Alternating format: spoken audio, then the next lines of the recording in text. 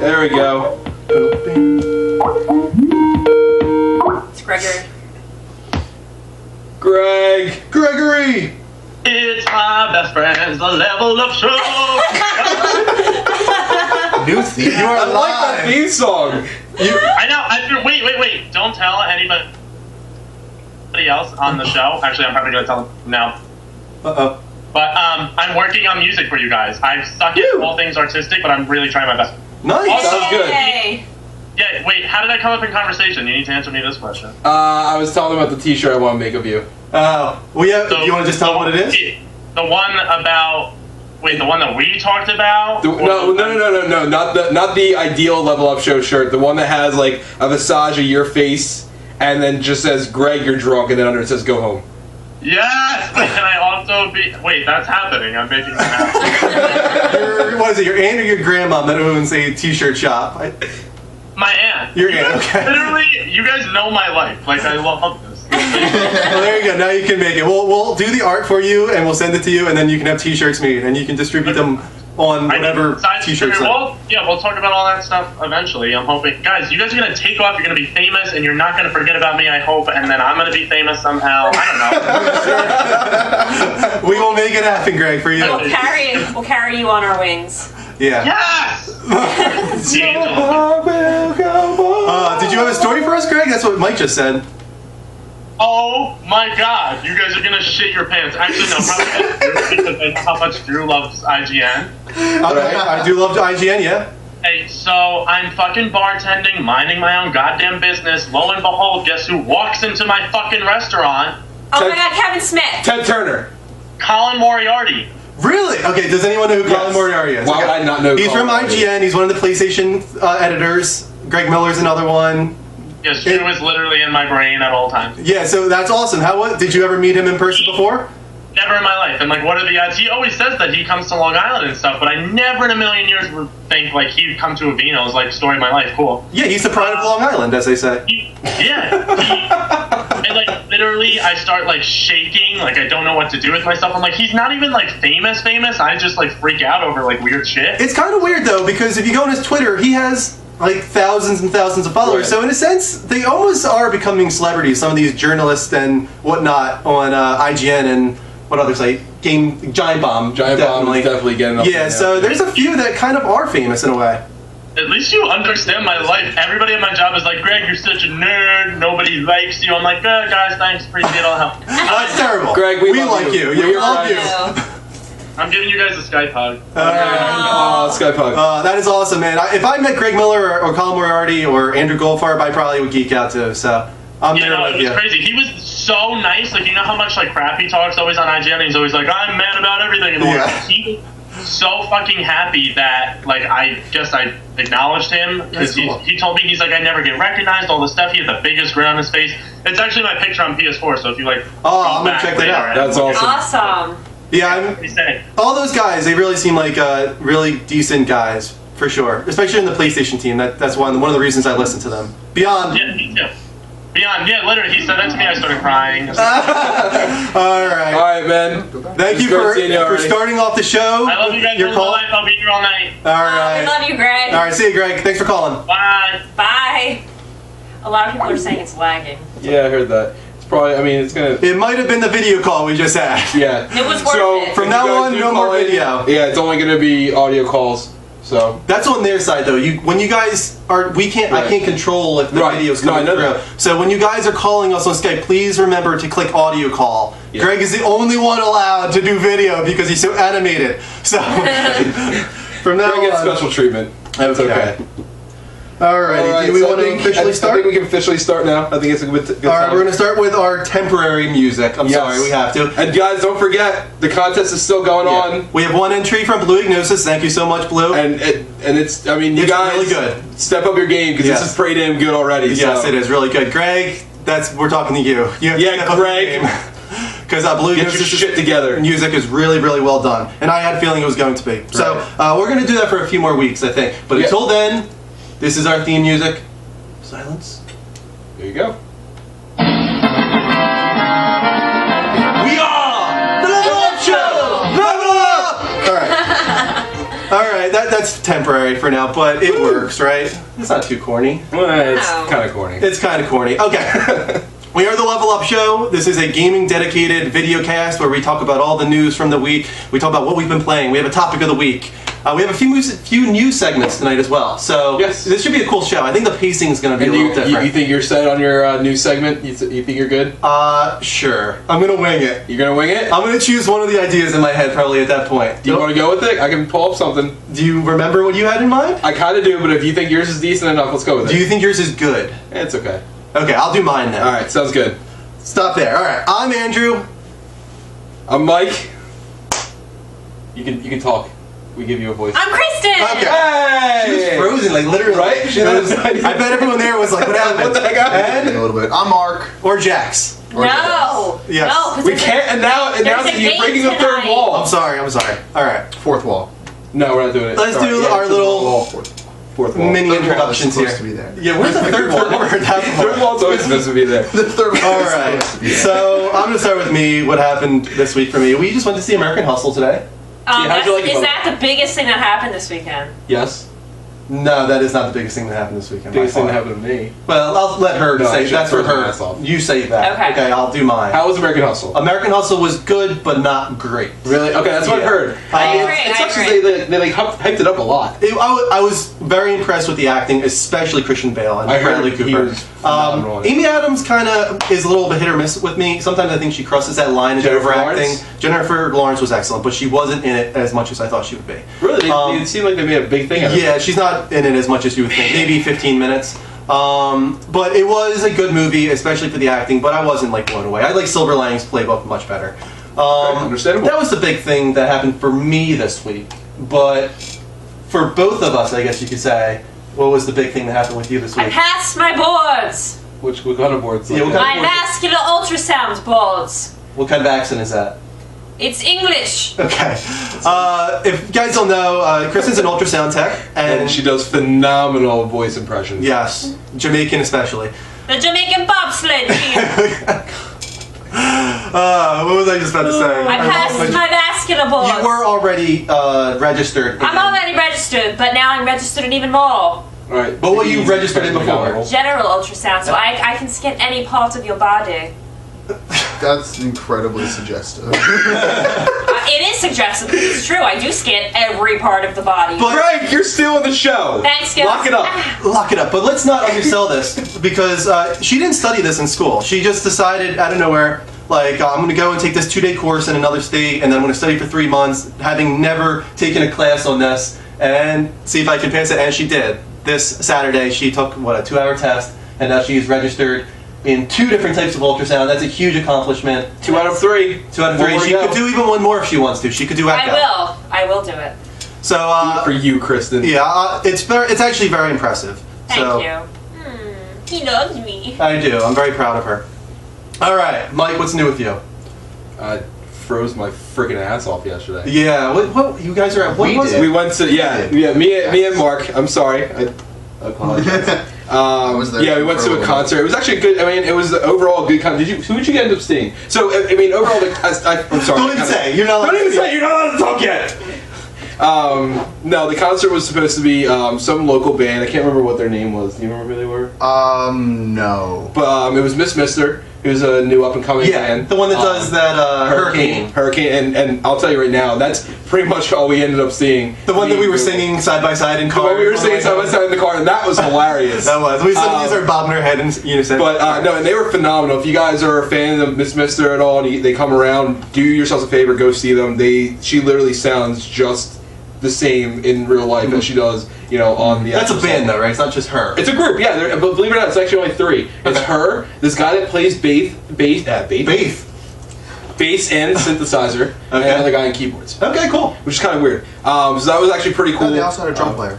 Did they have a drum? Yeah, they I had a didn't drum see 'em. player. Yeah, she told Like me in the before. very, very back. Yeah, the very okay, that's probably when I she didn't see him. went Because through I and think introduced that's a good everybody angle. at the end of their set. Well, yeah. And then it was New Politics, Switchfoot, and 21 Pilots, who I really wanted to see, Yeah. but they were the last band. And for those of you not aware of where we live, we're in the Philadelphia region. That was the affiliate, and it was snowing. and it was cold as It was hell. frigid. Bitter cold. Yeah, for a it's while been now. awful. And I wore these shoes, which are awesome. They're great. They're comfortable as anything. Yeah. But they do like water resistant is no such thing. Just walking to the building where she was taking her test, which was like a 5-minute walk. By the time I got inside, I felt like my toes might have been frostbitten. Oh my god, it was awful. Like I was like, how are they doing this? Granted, I didn't wear like double socks or anything like that. I wasn't prepared, but like I can't imagine how you guys felt out there. You guys left early, right?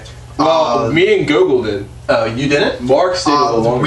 I walked down with a friend to a local bar who wound up having a pipe burst on the floor above them, so water was pouring down in one corner for a little while before they had to turn off water for the whole bar. I didn't hear about that part. We still managed to get that's drinks awesome. and food before that, and then after we finished up there, we headed back to the show to catch the last couple of sets, Nice. and then headed out from there and stopped by Philadelphia Brewing Company and picked up a couple 6-packs. Nice. Oh my god. Delicious. Did you bring any? Yes. Yay! Mark will be drinking Can I have one? throughout the night. Announce what you're drinking. Okay. And what are you drinking? I'm drinking Guilty Pleasure by the Philadelphia Brewing Co. That is an awesome name. matches Guilty your shirt. pleasure. That's great. It's plaid like your shirt.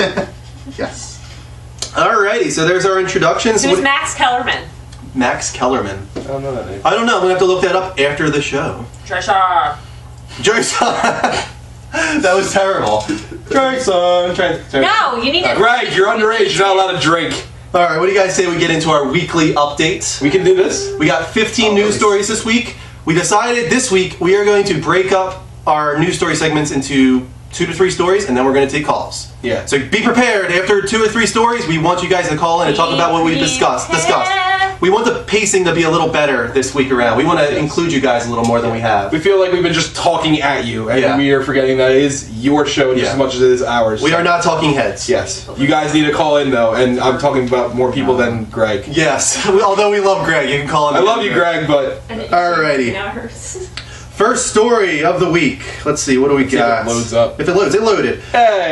You might be happy about this. You hear the Fable trilogy was announced? I did. But I did, it's not which for is great. Xbox One. No, which is Yeah, a the little weird. Weird thing, because especially because of the whole like new anniversary thing they're doing. That's what it is. It's Halo 1, or sorry, Halo 2, 3, and Fable Anniversary. Right. And it comes out February 4th in North America and February 7th in Europe, if anyone is interested. But yeah, it's not for Xbox One. No, and that's the weirdest thing. And I mean, I love Fable, and I'm probably not going to get this. You know, I have no need to be getting this at all whatsoever. I played Fable 2 literally. I think when the last time I checked, I played it through 6 times. But this means that it's not up-res or anything. It's just pretty much a compilation. The Anniversary is. So Anniversary is the Fable Anniversary is Fable 1, just redone, revamped a little bit, and For 360. For the 360. Yeah. So I mean, that is something I might grab. But if you've never played the Fable series, this is your chance, really. Yes, exactly. For those of you who have not gotten into it, I mean, Fable 2, honestly, is probably the best one to jump in on. Yeah. But Fable 1 is still definitely worth playing. And if you missed it on regular Xbox, definitely grab it. It's going to be coming. I think it's a little bit of a missed opportunity. Don't have to redo the graphics, but it would have been nice for at least a 1080p 60 frame per second version on I'm Xbox really One. thrown off by why they're doing this. Especially if they want to do Fable games in the future for Xbox One, this would have been a perfect I don't think they are. I opportunity to think introduce Fable's going to be people. really a done series for the as far as what we're concerned with as far as Fable goes. They need a new IP then, because that was one of their big Well, four. what's his name left? Peter Molyneux. Peter Molyneux left, Yeah. and I mean, And ever since he left, you notice that he's kind of a little bit more like not so happy with Microsoft. Like suddenly he's talking crap on them a little bit more. It's like, so were you just kind of holding this all back before, and now I you're think just so. opening the floodgates? And I'm talking pretty shit? sure so. And just like, I mean, unfortunately, just like a lot of developers seem Yeah. to, have go on, but. I'm happy about this story. Housemarque working on Resogun DLC, but also already on a new PlayStation 4 title. Which I'm psyched about. What do you think it'll be? I have no idea. I'm hoping Dead Nation 2. You think? Yeah, that would be awesome. That would be great. I know you really like I that. love Dead Nation. And I was surprised because that doesn't really seem like your game usually. It's just like a twin stick shooter for the most Right, part, zombie. but with a I remember me and you played that for a little while. I just thought it had a lot of cool enemies to it. It was difficult. definitely interesting. The story was nothing. Right. It didn't mean anything. But what I liked was the landscapes. yeah, It had. For those of you that don't know the game Dead Nation, it was a PSN title. It was an arcade title For PS3. For PS3. Yes, you are late, and shame on you. But welcome, Glass Arrow. But we're glad to have you. Yeah. But like you said, it's a twin stick shooter, but it's laid out almost like Diablo or a game of that sort. It's a top down, like top down, bird's eye view. Exactly. But the scenery was really what gave it away for me. It had some cool guns. It had some cool enemies. It was difficult and challenging. Mechanics were great. Yeah. It didn't overstay its welcome. It was a solid twin stick zombie shooter. Right. I hope they can kind of evolve that further. But at the same time, I'd be fine with them doing something new because House Mark, who's done Resogun and Super Stardust and Detonation, they're solid so far with PlayStation. And I have a feeling. Actually, I heard this on Podcast Beyond. Greg Colin was talking about this. He wouldn't be surprised if PlayStation Sony buys House Mark this year because they've only had one game for Xbox 360 last generation. All the other ones before. I can't remember what it's called, to be honest with you. It was multi-platform, but I don't remember what this is. But for the most part, they've been a Sony exclusive developer, and I think they have a nice relationship with Sony. So I could see that being one of the new roster updates for Sony. I hope.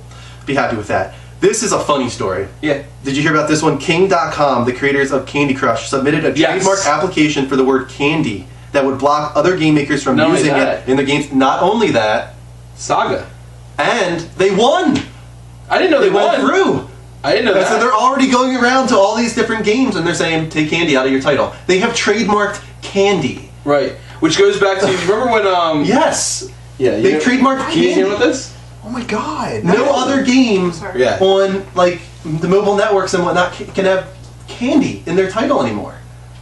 That's just absolutely ridiculous. Bullshit. How did this go through? I have no idea. It's wild. But what was really funny, before it went through, someone made a game called, I think, Candy Candy Candy, where people went in and they came up with titles for candy. And everyone was coming up with these ridiculous candy titles. That was the entire point of the game, was just to come up with new candy titles. And I'm sure that was shut down now. Oh, I can't imagine. And I'm interested to see what this leads to, what the counter. This has got to be shut down. This has got to. Yeah, this is absolutely ridiculous. That's so overwhelming. Remember years ago? I can't remember the guy's name, but he had trademarked the title Edge. No, I don't remember that. So I can't remember. Do you remember this guy's name? Do you know what I'm talking about? So are you aware of the Soul Calibur series? Mm-hmm. So Soul Calibur in overseas in Japan is actually not called Soul Calibur. Okay. We actually had to adapt it. Over there, it's called Soul Edge. Okay. But there is a game developer over here, and when I say game developer, I use this in like the loosest term possible. This guy basically created an application, a game of some sort, like 20 years ago, over 20 years ago, more than that now at this point, and he had copyrighted it, but never did anything with it. And so for those years, so all the years, anytime someone ever put the word Edge in their title, he would sue them immediately. Jeez.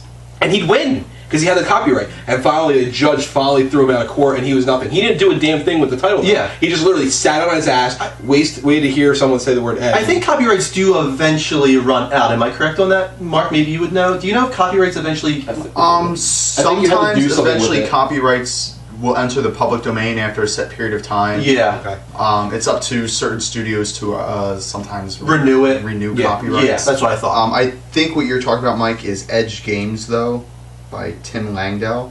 I think the name sounds familiar. This happens sometimes, and this is one of those situations. Not that it affects me whatsoever, but I hope it gets shut down in some way, just because it's ridiculous. Right. There's a really widespread problem with just copyright and patent trolls in general, through not even like the gaming industry, but just every industry, especially the tech. Even domain names. People will go in, they'll hear about like a certain game being announced, and then they'll go in as quickly as possible and register that domain name, so then they have to be bought from. Remember with the PlayStation 4 and Xbox One? Yeah, there's a ton of them. Yep. People do it immediately. They grab as many as they can, as many as they can think of. All right, so this is what we're doing now. We did 3 stories. They were small stories. We kind of want to start off that way. But now, anyone, if you want to call in and discuss what we've talked about so far, please do on Skype at The Level Up Show, spelled exactly how it sounds. If you or Kristen could throw that in there real quick. That's our Skype name. It's online. Calls only, please. Audio calls only, please. Because if you do video, you guys are going to start lagging because it's going to destroy our bandwidth. And everybody's going to bitch, and then you all are going to not be happy. I like it. This could be the Big Bang Theory. The reason Brooklyn is saying that is because on Big Bang they do a show called like the Flag Show, where Sheldon and the girl. Right. And Well, it's just the two of them, right? yeah, it's just the two of them, but they talk about flags for like 30 minutes. Let's talk about the until we get a phone call. All right, how about this? You have to call in, or else I'm going to start talking about flags. While we're waiting for a call, let me just say that for people that are joining us and haven't seen us before, we're the Level Up Show, and this is our episode 9. We do our official shows Sundays at 9:30 p.m. Eastern Standard Time. We might do a few mini episodes here and there throughout the not throughout the week, but maybe once a week with me and Kristen. Possibly, it might happen. But we're a gaming dedicated video cast, and this week we're discussing a lot of news stories. We're discussing what we've been playing. We got a topic of the week. Did you you didn't talk about your or are you going to talk about it later on with Don't Starve? Okay, who there was like 25 people in here that saw my death in Don't Starve. And I missed it. Yeah, and I there was. I didn't hear about it. It was absolutely. I heard about It was pretty epic, actually, my death in Don't Starve this week. So I was at day 45. I was really happy with myself, actually, because that was the furthest I've made it so far. I had a really solid base for the most part. You know, I had straw walls. Greg's already laughing. I had straw walls with stone walls on the inside of that. So I had 2 layers of walls, and on the outside of that I had those meat bulbs, which grow inside your plant, and you got to beat them down and move them outside your base, and then they'll grow, and they almost become a defense force for your base. And I was really happy with that too. I had 2 of them surrounding my base, and anytime the wolves came, I was like, my meat bulbs will take care of the wolves. I was pretty proud of myself. So I hear Wilson, I think is the main character's name, saying, "Did you hear that?" I was like, "Here we go. Here come the wolves." You know, I'm getting prepared for it. I'm listening for them. And immediately, I'm like, you know what I'm going to do? I'm just going to go right out to the meat bulbs ahead of time, try and lead them over there so my meat bulbs destroy them. They come over just as I planned. They're being destroyed. But then I realize that one of my meat bulbs has evolved. He's no longer just a normal meat bulb. He has evolved into a fire-breathing meat bulb for some reason. And he lights the wolf on fire, and I'm like, yeah, bitch! And then, suddenly, all the plants are lighting on fire. And I was like, okay, damn, there goes my plants. And then I was like, and then all of a sudden, the view kind of pans, and I realize what has happened. All of the hay surrounding my base has lit on fire. That spread into the berry bushes, which spread into the grass, and the trees, and the twigs, and my entire base just exploded in flames. Mind you, Drew's sitting there, he's like, yeah, I got this, and all of a sudden he's just like, oh no, what's that? Oh, what's it doing? It's catching fire. Wait, no, it's starting the fire. Oh no! Oh no! Oh, and he just tells you, oh no, if you were listening, you probably thought I was exaggerating or putting on a show. I wasn't. It was awesome. It just took me completely by surprise. I just suddenly go, oh god! Yo! Oh god! I was just like, I was freaking out, because that was 45 days. Yeah, it's like 35 days of probably building that base. It was like 35 days times 10 to 12 minutes. Right. So 350 minutes at least. So like, God, 6 hours? I was building that freaking base. And just, it all blew up. And then that's all it took. I was like, okay, here we go, I'll start over. And then the wolves came again. Dude, and mind you, now he has no base. I've got nothing. He's hungry as anything, and he has wolves still chasing him because they didn't die. Yeah. And so now he's literally running around in circles away from the wolves, and eventually one just gets him. Yeah, it got me. Yeah, that was probably that was still like 8 minutes that you ran away from them, too. Yeah, I did my best, but I knew it was coming, and I had no way of defending myself. I was like trying to cook a rabbit because I was starving at the same time too. So I'm running around my fire while the wolves are chasing me, and then I'm trying to go to my fire real quick and cook a rabbit. And I'm like, come on. It's like, so hilarious. It wasn't working. Oh man. And then all right. What's on your shirt? What's on my shirt? Is someone asking? No, I am. Oh, you're asking what's on my shirt? Describe what's on your shirt today. My shirt today is I am the danger. I am the danger. Heisenberg from Breaking Bad. Pretty bad. I'm getting a little hot, actually. I'm gonna take it off. Taking the jacket off? Yeah. What? Ow! I'm getting a little hot. That's like symbol. Don't get dizzy. Are you gonna get dizzy again? Yeah, I know. Really, I got dizzy last week. I'm after that explosion of excitement that just happened. I might. All right, we got 81 people in here right now. We are the Level Up Show, so guys. We didn't get any calls. I say we just move on. We're going to move on. We didn't get any calls for that segment. It wasn't any real big news story, so I'm not surprised. No. But real quick before we move on, we got 81 now. We are the Level Up Show. We are a gaming dedicated video cast on every Sunday at 9:30 p.m. Eastern Standard Time. Hope you stick around.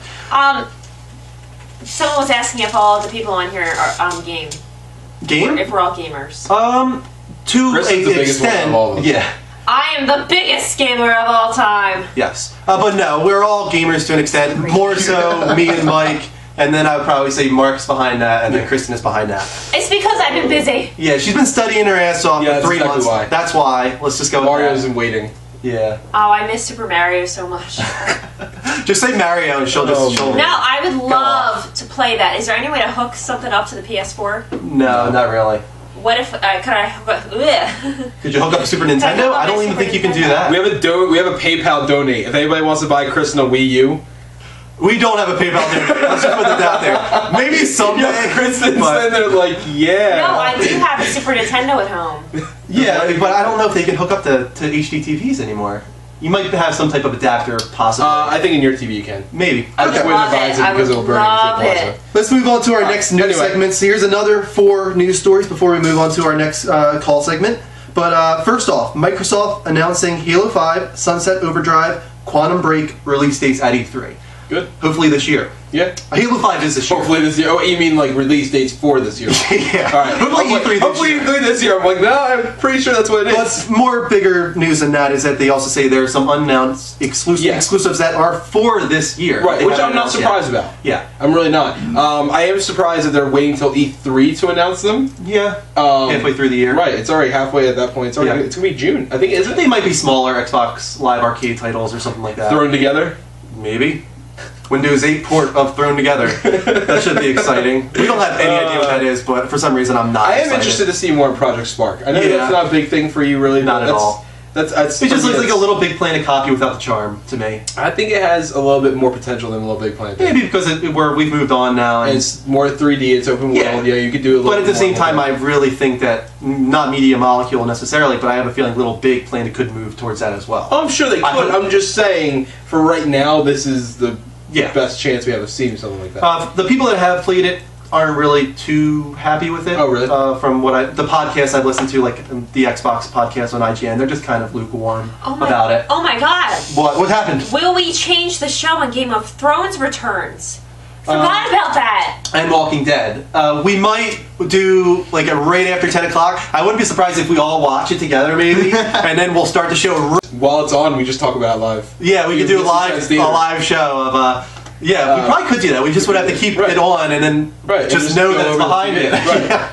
Well, we gotta be entertaining. Speaking of that, though, we're probably going to go to Super Bowl next week. Yes, next week, and I was just going to go into that. I didn't see that. We're going out Saturday. By the way, with Kyle. Oh. Your cousin. That's not Sunday, so that's okay. It's Saturday. Super Bowl Sunday. Okay, let me just say one thing real quick. What we were thinking next week, tell us if you guys are fond of this idea. We were thinking of having everyone over. Mark, if you're into this idea, you can come. But maybe have the Super Bowl here, just the 4 of us. We'll watch it. And then during the halftime show, we do our halftime show for the Level Up show. And then after the game ends, we do our post-game show of the Level Up show. So it won't be a true show, because we don't want to interrupt the Super Bowl for anybody that doesn't actually watch it. But if you don't want to watch the halftime show, you'd rather watch something much more entertaining than the Foo Fighters, right? Obviously, you can come watch the Level Up show. I can't really blame them for watching the Foo Fighters. It is fucking Foo Fighters. We should try and get it on to the side for us, so we can do both at the same time. Try to see if we can get it to actually show up behind us for once. Yeah, no, that won't happen. If anyone has any advice on that, we tried to do a TV behind us once, but it was way too bright. It did not work for us. So if anyone has any advice for how to get that to work better, let us know. Super Bowl just came out. Yeah. All right. Let's move on. Hundreds of PlayStation 4 users experiencing corrupt saves and lost save files. Greg kind of had a similar situation to this. He figured it out. He was able to get Assassin's Creed 4 I heard there is a workaround for this. He was having trouble getting his Platinum to work. And it turned out that he I think he removed a save file and then got it back from the cloud and reset his update and all this kind of stuff, and suddenly it worked. Right. But that's kind of what Sony's advising, is if you're having issues with corrupt save files and whatnot, make sure that the game is updated to its most recent update. Maybe even remove your save file and get it off of the cloud and put it back onto your hard drive, stuff like that. Hopefully they're working for a better fix than that, but that's all we know right now. It's not affecting a ton of people, but it is hundreds. Right. So in the grand scheme of things, that's not huge, but... No, but it's still a decent amount of people. Maybe if you guys want to call in and let us know you were affected, go ahead. Yeah. You can call right now, because I'm sure it'll probably take time for people to call in. Let's move on to our next story. Tomb Raider... This Resogun game deleted. Oh, that sucks so That would destroy me. I'm really sorry about that. That sucks. Tomb Raider released early this week, but this was also a story that came out right before it kind of moved forward. Street date that the Xbox One version is only 30 frames per second, And while the apparently PS4 version is 60. noticeably different. Yeah. Like badly noticeably. Yeah, and not only that, they were developed by different developers. I didn't know about this until they said this. Yeah. Let me see if I might have moved that story down below. The one is Nixus, I think it's called, that did the PlayStation version. And then the other one was, I can't remember, but it turned out that Nixus actually helped them out. They were kind of a smaller team, I think, and they were working on the Xbox One version. So it almost seems like Square Enix prioritized the PS4 version and then was like, okay, put some guys over the Xbox One version, help them out You're really if they need mad it. about that? I'm not mad about that because I have a PS4, but it kind of already shows what's happening with third-party development. It might continue this way, that we see third-party developers Choosing sides. and maybe not choosing exclusives but necessarily, but maybe favoriting the PS4 over the Xbox One. This is one of the issues. Microsoft has gotten very comfortable with thinking that they can just throw their wallet out at everybody and they'll just obey. But what they forget is the companies that they don't care enough to throw their wallet out on, they still don't like Microsoft very much. So, and we're starting to see this more and more and more, especially as of late. You see this in journalism as well a little bit, that it kind of seems like whoever is the leader of that generation gets the favoritism on the site because they know that means it gets more hits and more people come to the site. So now since the PS4 seems to be favorited this generation, you can already see on sites that journalists seem to also be favoriting the PS4. So it's kind of funny that you just brought that up.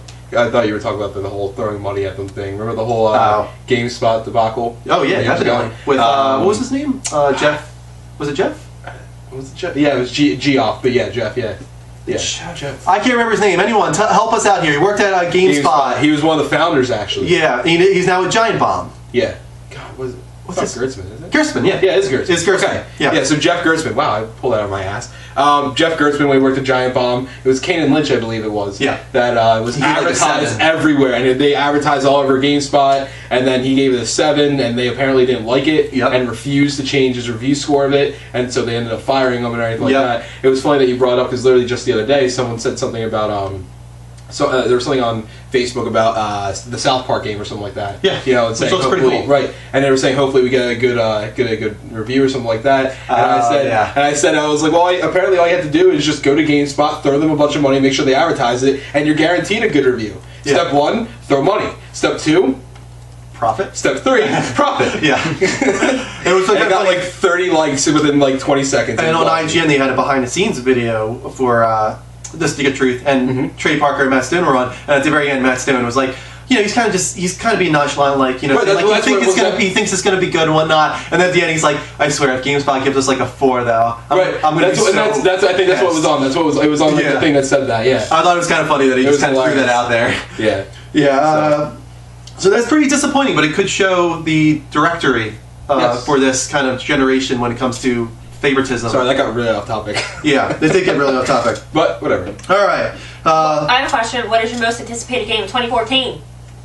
For us? I said the prequel to The Last of Us. That is very exciting. That What's comes out on Valentine's Day. It's called Left Behind. Left Behind. And that's going to be really cool. But I'm going to go with like a full retail title just because I don't know why. But I would say right now it's Infamous just because that's probably the soonest. But the order is right behind that. Really? Yeah. Even over Destiny? Yeah. Really? Destiny right behind that. See, we haven't really seen much more of the order. I'm really excited about the order. All you see, and you get on my case so much about only seeing CGI trailers. I like. No, it wasn't a CGI trailer. First of all, that was an in-engine trailer. Right. But they've talked a lot about the gameplay, and the Game Informer had a really good article about the game, about the destructible environments and the linearity, but also that there's going to be like kind of different paths within the city. And don't take it wrong, I actually am very intrigued on seeing this game. Yeah, no, I know what you're saying. I'm really surprised that it's for some reason that's grabbing my attention. But then again, at the same time, Destiny is not really your style game in the most part anyway. So but that kind of shows how great that looks, that Destiny is holding my attention. Because that isn't typically my kind of game. Right. But the order from Ready at Dawn, I'm really excited to see what they can do with next generation hardware, not a portable. If I were to get an Xbox One, I'll tell you right now, Titanfall would really be on my radar. Or if I got a PC. You could actually probably play Titanfall, by the way. I keep forgetting, and this is probably their plan, that it's coming to PC. I keep forgetting. Right. That Titanfall is day and date, right? Yeah. Yeah, it's pretty the same crazy. date for PC and for Xbox One. Xbox One and so I'm 360 as well, or is that a little later? And 360. Did you know that it's developed by 2 different studios? Sorry, hold one sec, Mark. Isn't Titanfall being published by EA though? Yes. Yes. And what about Battlefield 4 with EA? It's what not. What about The Sims with EA? No, you're right. And, So, but here's like, the thing. I wouldn't like rush to pre-order anything. But you gotta Because remember I think too, Battlefield and The Sims are completely different styles. Medal of Honor, as not very good as it was, didn't have almost any This issues is at all a whatsoever. online Medal of Honor only also game wasn't though. a really Right. good And system. EA has shown some lack as of it's not nearly as server heavy as maybe Battlefield not, is. maybe not. It's not nearly as bad. But so. you might want I to don't know maybe if it's just the be a little servers that hesitant. are the issues of Battlefield, though. I mean, you have some like gameplay issues. I think from now on there should glitches, always so- be a little hesitation when it comes to these always online games. Mhm. At least I wait agree. maybe a week, Right. see what's going on with the servers, Right. see how people are reacting. If I'm there's very some- interested to see how they finally decide to market it. Yeah, definitely. I think it's just going to be gameplay heavy, and that's fine with me. And I'm perfectly all about that. And that's it for this segment because it says here actually that it was Nixus and United Front Games did the Xbox One version of the Tomb Raider Definitive version. Oh, okay. United Front Games is actually a decent developer though, aren't they? Yeah. They did Toy Soldiers, Okay, yeah. which is one of my favorite arcade games of all time. There I might be love that game. that they were two different developers. I don't think this is the case, but there are some console exclusive features. Not big ones, but the PS4, if you have the torch lit, the light bar flickers red to orange to kind of simulate the light of a torch. Right. And also, like when you're shooting the gun, it like flashes, Okay. like almost like a muzzle flash. And then Xbox One does have some Kinect functionality actually, where you can rotate the weapons and the artifacts with your hands, and you can. I think both PS4 and Xbox One have voice control. commands where you can say equip this weapon or I'm gonna- open up the map or whatever. I'm gonna grab it. We can do a playthrough. You want to grab Xbox Yeah. PS4. yeah Yeah. from work or Sure. whatever work you work at. What? What? I mean, flowers. Borrow it? Alright, never mind. So that was our second segment. Let's see if we can actually get a Skype call now. man. Our Skype is open, it's online, it's the Level Up Show. They fronted Sleeping Dogs? Yeah, I think that is Huh. true. I think that might be right. I didn't realize that. Thanks, I didn't like Paradox. I didn't like Sleeping Dogs very much, so I didn't really care about Sleeping No, Dogs. I actually never touched It's not it. my game. The Level Up Show on Skype. If you want to call us right now about any of the news stories that we've already discussed, please do. And I'm going to let that go for a second while we talk about other things. Ghost Games asked what's the difference between the Definitive and the PC. If you're talking about the regular PC version, all that is just a port over to the PC. The difference is going to be it was completely reworked, redesigned from pretty much the ground up. It has higher res textures, better model for Lara, better lighting effects, better particle effects. Yeah. So 60 frames on the PS4. The PC was also that. PC was 60 frames per second and 1080p, so that's the same. But the PS4 version specifically does have some better lighting, some better particles, better model for Lara for sure. That's really impressive. The new facial model that she has. So let's keep taking some comment questions while we wait for a call, maybe. Lego Movie. Really, Mark? Yes. Does anyone Dude, up did you not see for the Alien? trailer for that? It looks I did. awesome. Here's so my much issue with fun. the Lego Movie, and I've seen this on repeat. All right, you have the scene, and the scene is going to describe why I hate and want to see this movie all in one shot. You have the scene with Batman. They have Lego Batman in it, and they go up to this area, and this guy behind the counter is like, "Who are you here to see?" And Batman goes, "I'm here to see your butt." And so now they're going that hard to try to use butt jokes, and also coming out of Batman's mouth. And god damn it, do I want to punch this guy in the face for doing this? But it is a kids movie, right? It is a kids movie, but he just defiled Batman's dialogue. Kids like butts. I agree, and my daughter's all about it. If you ask her right now, where does mommy or daddy live? She goes, New Jersey, Butt, Pennsylvania. You know, and it's hilarious to her. But anyway, and then in almost the same scene, he has to open the gate up or do something, and there's like a little button he has to hit, and it's behind the same counter. So he throws a wrench at it, and he misses, and he's like, ugh. And he's like, ha, whoa, and he just starts throwing a bunch of wrenches, hits it finally, and goes, yeah, first try. And it's just, it's funny, and it's funny again, and it's like, God, I hate that I want to see you. Okay. Damn it. I'll have to check out the trailer. Someone's asking about Outlast, which is next month's February PlayStation Plus title. From what I hear. Yeah, so I'm really excited about it just because there's not a lot of horror titles out there for the I'm most part. really excited to see Kristen play this. Yeah, I think that's what we're gonna try and do. Maybe try and get you play this horror title. It looks pretty cool. Touching it, you're gonna in the dark, right? In the dark, in the dark by yourself. Yes. I don't think by herself. I'll be her as support. Fine. I get real mad at games though, so. Yeah, I don't think you're gonna get very mad. I think you're just gonna freak out. And someone was also asking about Star Wars Battlefront. Do you have any knowledge of that one? I don't think it's gonna come out this year. I'll tell you that. Okay. I'm near certain it will. If it does, I will literally, my jaw will drop to the floor. From what I understand, it's being worked on by DICE. Okay. So they're taking it over when they acquired it. Did you play the series? Nah. Okay. This was one of my favorite series of all time. I could literally play the shit out of this. I remember being up in my room, and if you remember Neff, we would be up in my room or at his house and just playing the crap out of it. I would destroy in this game. Online matches when they added it and everything like that. Again, same thing. I loved it. Welcome, Bree. Be safe. Say something. Go ahead. I want to give a shout out to Big White 75 for adding us on Twitter. I said the first person will get a shout out. Nice, thank you. And anyone can add us on Twitter or Twitch or Facebook, but specifically add us on Twitch or heart us, because that would allow you to get some updates when we go live. The Level Up Show Twitter, we often update that with our schedule. It's 2 people in one. Sorry. 2 people in one? What? Did you see the 2 people at the same time said Shadow of Mordor?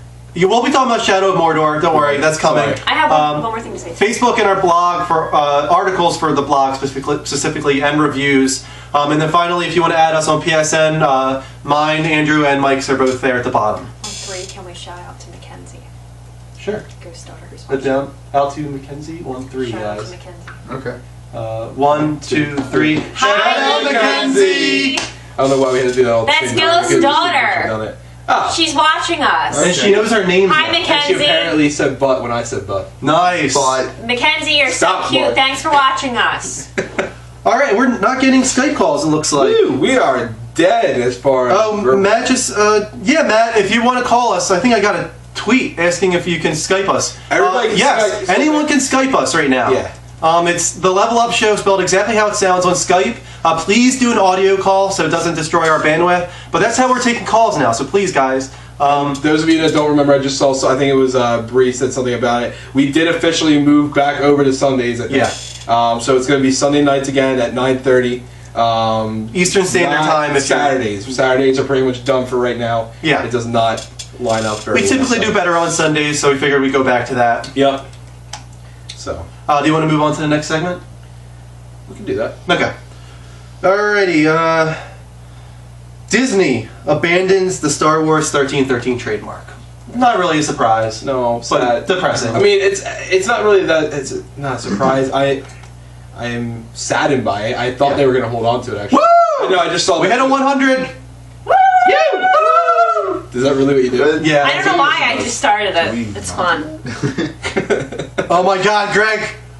Colin retweeted his tweet. That's amazing. All right, now use your newfound friendship to tweet Level Up Show. Yeah, seriously, Greg, you now know Colin. You guys are best Plug friends. us. Plug us. All right. But anyway, Star Wars 1313 was canceled right when the LucasArts shutdown happened. But then when Disney bought LucasArts, or bought the Star Wars kind of franchise in general, there was hope possibly that they would bring that over again to them. But it sounds like that there was a whole lot of work done on that game from a lot of people that left the studio. It would have been very difficult for them to pick it up and continue where they left off.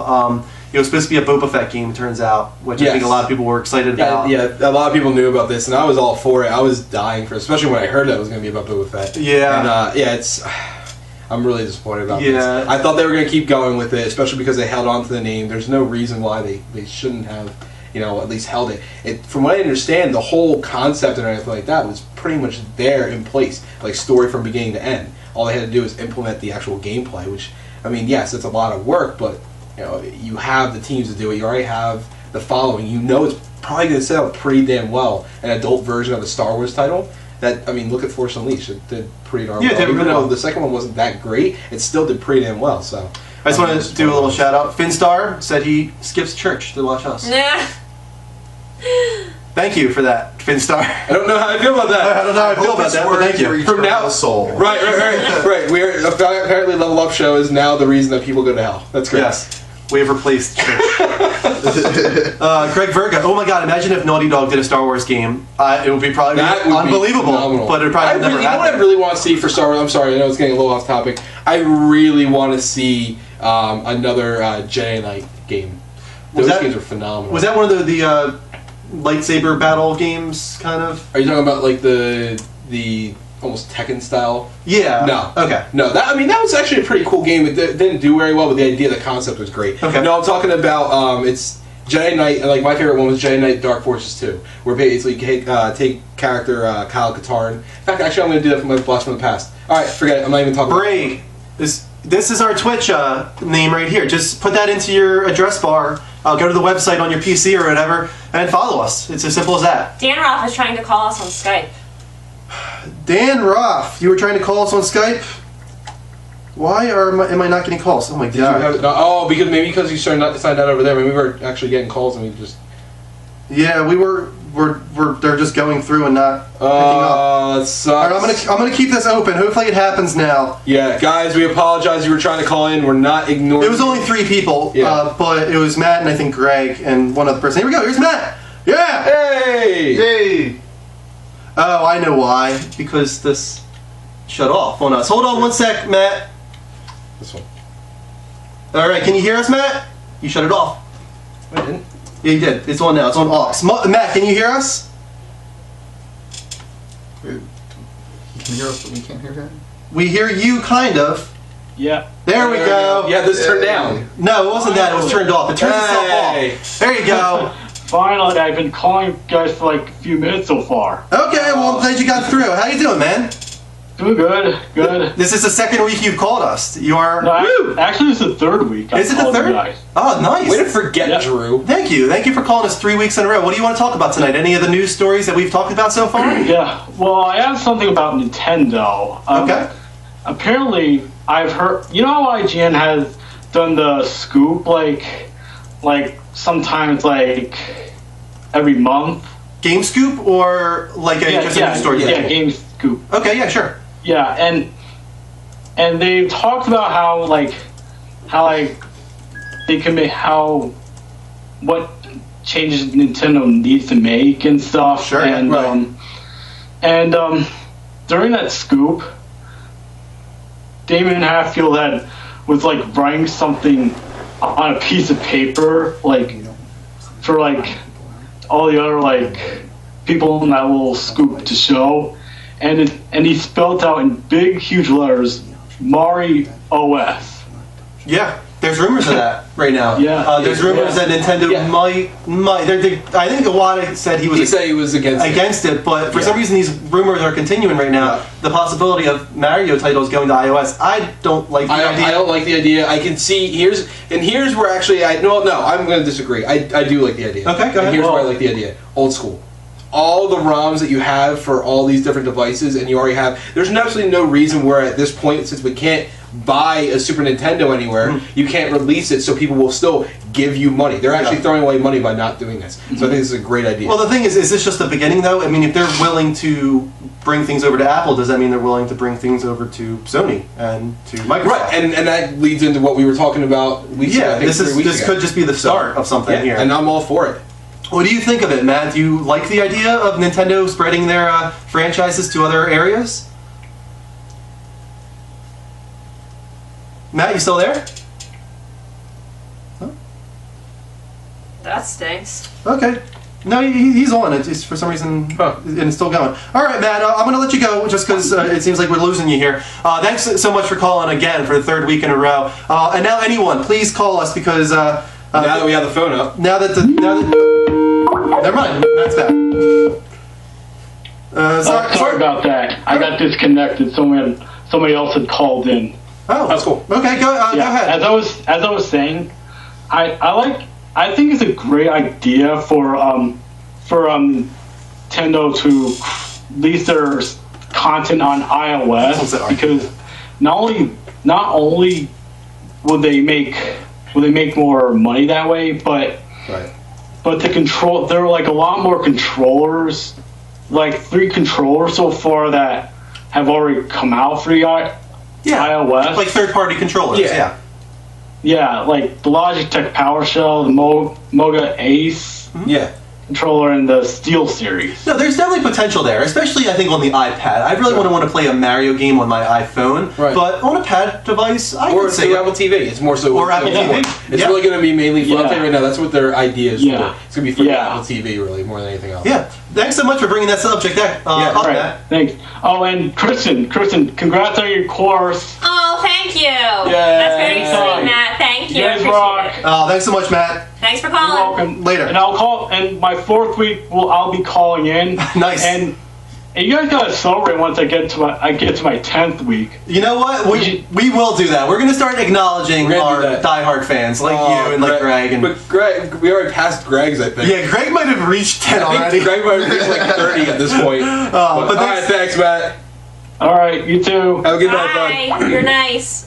Thanks again, Matt. That's funny. Anyone else, if you want to call, go ahead. I'm just going to leave it open at this point if anyone wants to call in, because it seems they're few and far between, so let's go. I need to say, I think there's a love connection going on here.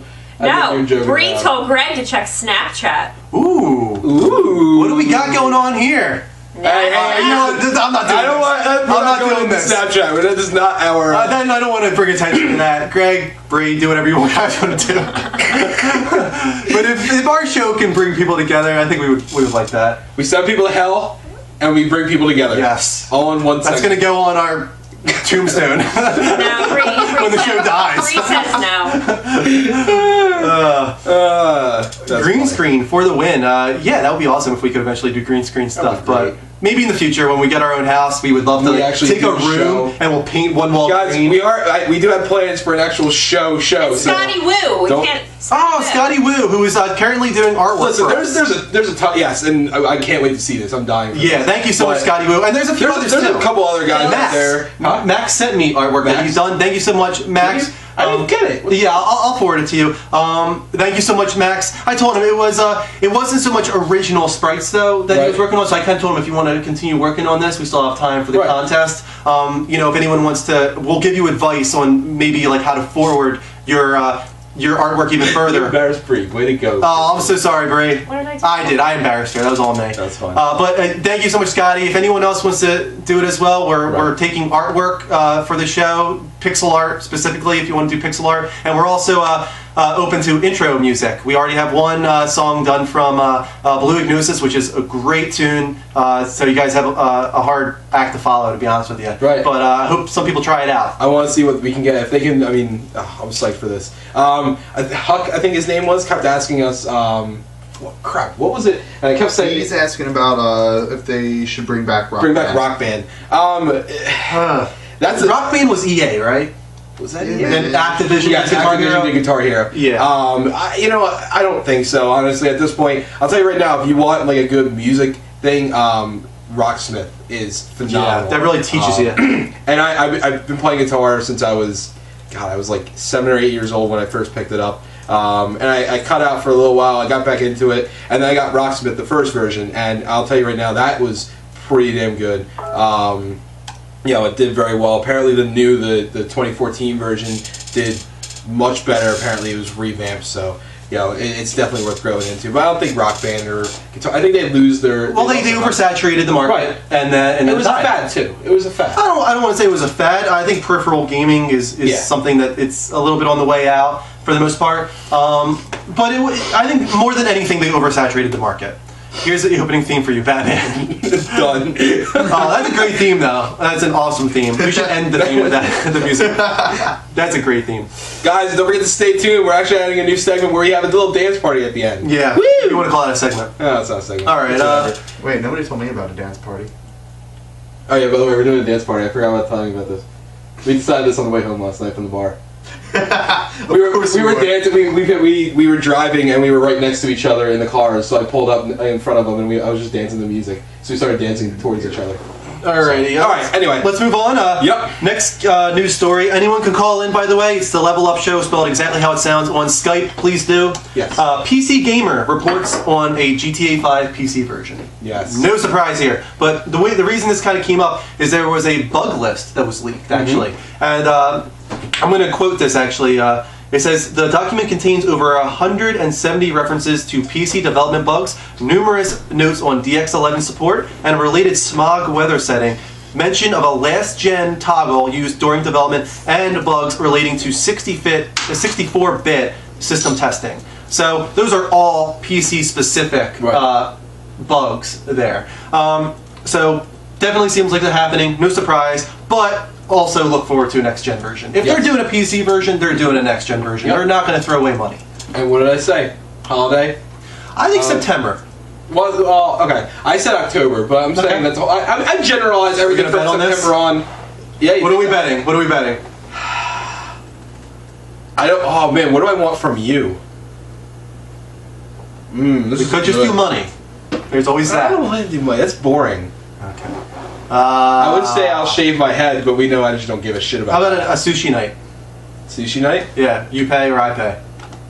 All right. I thought we should do something for the show. No, this is just between me and you. Me and you? All right. Yeah. All right. I say September, you're saying October? October. GTA 5, next gen October PC. I'm saying September. What? All right. Quick, give me a Tuesday. Hold on. I'm going to do September 16th, which is a Tuesday. You could do October 14th. 14th. All right. October 14th. All right. Bet is in. If anyone wants to remember that, we'll probably forget. So, yo, you know what's gonna be funny? Out of everybody, it's gonna be October. We're gonna get an announcement, and at like E3, they're gonna say October 14th, and Greg's gonna message me, be like, "You win!" Be like, what the fuck are you talking about? It's gonna be me that wins. First of all, yeah? You're gonna owe me sushi. That's all right. Cool. Next story: the only next generation console that action RPG Bound by Flames, is coming to is PlayStation 4. What was this? Bound by Flames. Okay. It's an action RPG, and it's only coming to PlayStation 4 for next generation. Yep. G to the A 5 is in May. G to the A. Did I just hear that? No, GTA. I heard that. I heard G to the A. I wasn't the only one. Who said that? It's goddamn Batman. I love that name. Okay, so I want to know where he actually got that from. We got William Holt. Oh gosh, let's say that. Hopefully you're just doing an audio call. Hey Will, how you doing? Good, man. How you doing? I'm doing great. What do you want to talk about tonight? Any of the news stories that we've discussed so far? Yeah, I just got some questions for you. First of all, I'm mind blown that I just was watching you on my PS4 and now I'm talking to you. Yeah, it's kind of a weird thing, right? Cool. It's actually exciting. I wouldn't think that, but I've done the same thing on like other shows where if they acknowledge you, you're like, holy crap, this is cool. Yeah, it is kind of amazing. One thing, a little question. I noticed your clock says 2 o'clock. Mine says 10 o'clock. You guys are from the States? Yeah, we are. If you haven't watched a lot of streams before, the reason for that actually is that for some reason it reverses the video when we're streaming. Oh, yeah. So everything that we have put that together, my bad. No, you're fine. We had to print everything out in mirror so that it would show up right for you guys. So yeah, you're right. It's actually 10:40. So you're perfectly right. Right on, right. Anything else? I saw a question about. I'm a big fan of Insomniac. Like I remember on the PS2, one of my first franchises was one of my favorite franchises was Ratchet and Clank when it started. You guys have Xbox Ones, or are you guys gonna get Sunset Overdrive for that stuff, or you guys just play on PlayStation? I don't think I'll have an Xbox One this year, so it won't happen for me, unfortunately. I think Sunset Overdrive really looks good, and I love Insomniac. I think that I'm not too fond of them as much anymore. I feel like they kind of buried Ratchet and Clank and oversaturated that. Yeah. But I did love the Resistance series. I think that a new IP from them is promising. It's unfortunate for me that it's coming to Xbox One. But, which is surprising too, given their I guess a little past a little bit. But yeah. But what about you? Do you think you'll have an Xbox One this year? I'm hoping to see. I would say there's a decent chance that I'll have one by the end of the year. Yeah, do you think you'll get that one? Oh yeah, I'll definitely get it. Yeah. Even though I was a little disappointed with Into the Nexus and anything like that, it was still, you could still tell that they remember their roots. It's just tough getting back into it without, definitely killing it. There hasn't been a lot shown for Sunset Overdrive yet, but it sounds like E3 is going to be the big coming out party for that game. So E3 this year is going to be phenomenal, man. I'm dying. Definitely. Are you excited for that, Will? Yeah, big time, man. One of my best friends, I convinced him to get the PS4 at launch, and I kind of expect to get the Xbox One eventually too. There's Titanfall and stuff, and I don't have a gaming rig for a PC or anything. But another question, since you guys kind of you know your shit, Thanks. Do you know if Steam machines would be able to play that? Because since it's an EA game that's coming out on Origin. I don't think so. I'm going to tell you right now, I highly doubt it. That EA is going to be the biggest thorn in everybody's side as far as Steam machine and gaming goes for this. And the whole kind of reason behind this is Microsoft really wanting to bring over a PlayStation exclusive developer over to Xbox. That's kind of one of the big things behind this. It's like, oh my god, Insomniac has left PlayStation, is going to Xbox. So I think they want to hold on to that and kind of drill that into people's heads, that we have a new exclusive IP from Insomniac, exclusive to Xbox One. Maybe down the line, Microsoft might port it to PC, but I think for a while, you're going to see Sunset Overdrive exclusive to Xbox One. Yep. Yeah, all right, for sure, man. I appreciate those opinions, and good talking to you guys. You're doing a good job. Oh, thanks so much, man. Yeah. We'll see you. All right, talk to you later. Have a good night, bud. Bye. Cool. Thanks for calling, Will. Great. I love the Skype. It sounds so much better. Going through here is phenomenal. Yeah, this is great. So keep them coming, guys. The Level Up Show, spelled exactly how it sounds, on Skype. Add us and call us. So let's move on. What do we got? Let's keep talking about Bound by Flames, actually. We didn't talk about that enough. No.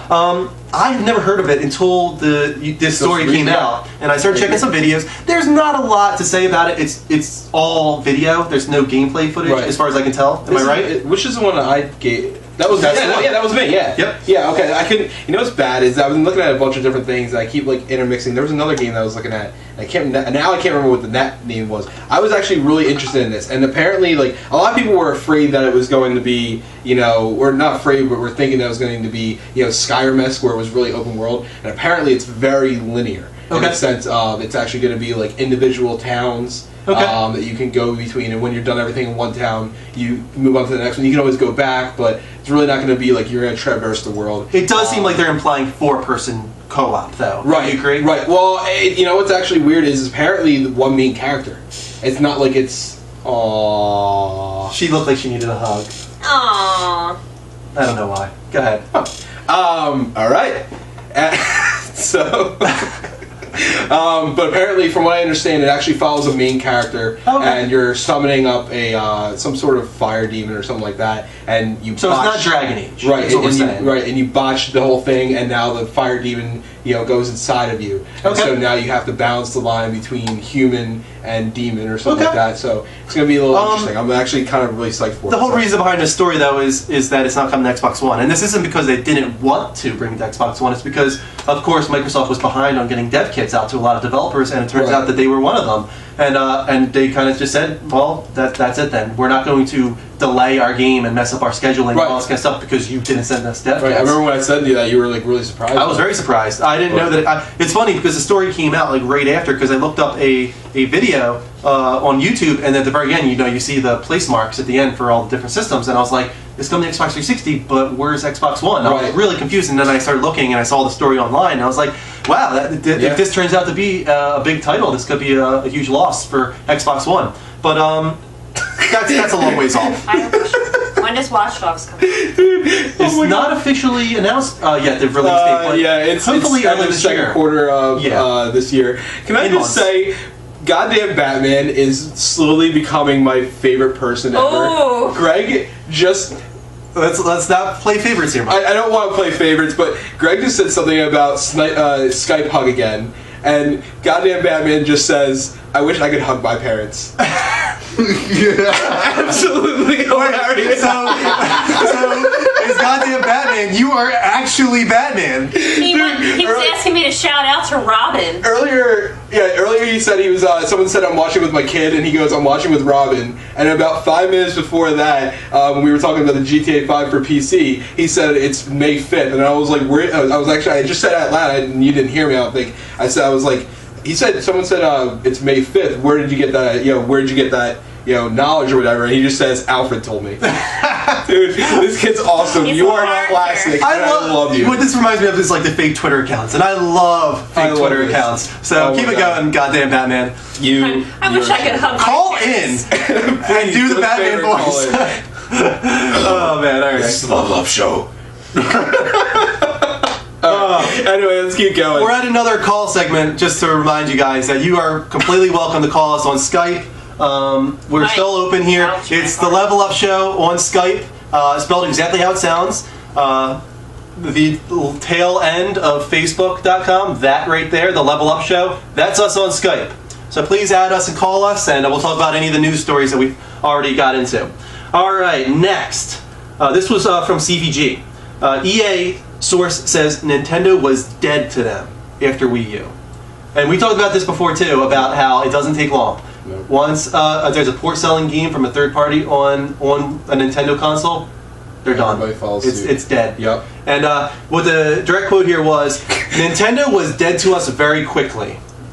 And he went on to say, it became a kids IP platform, and we don't really make games for kids. That was pretty true across the other labels too. Even the Mass Effect title on Wii U, which was a solid effort, could never do big business. And EA, like Activision, is only focused on games that can be big franchises. That was really candid. Like, right. He did not, no, straight to it. Nowhere. He just, we don't do small franchises. We do stuff that sells well and big. And so we're not doing Wii U, pretty much. And I mean, it's understandable. Like Nintendo really, I feel like they're almost secluded, almost like in denial of what the state of their situation is. I do think that's a little unfair because I said this before. Mass Effect was not going to sell well on Wii. It came out months and months earlier on Xbox 360 and PS3. Yeah. The people that wanted to play it pretty much already had, and it wasn't a Nintendo type game in the first place, so you weren't going to see that sell well. You're either trying to appeal to people that never had one of the other systems that they play, which is not very many of them, or you were just trying to recapture the excitement, which people, again, like you just said, they already had it. So. To give up on the Wii U after that is kind of unfair, but at the same time, should we really expect them to put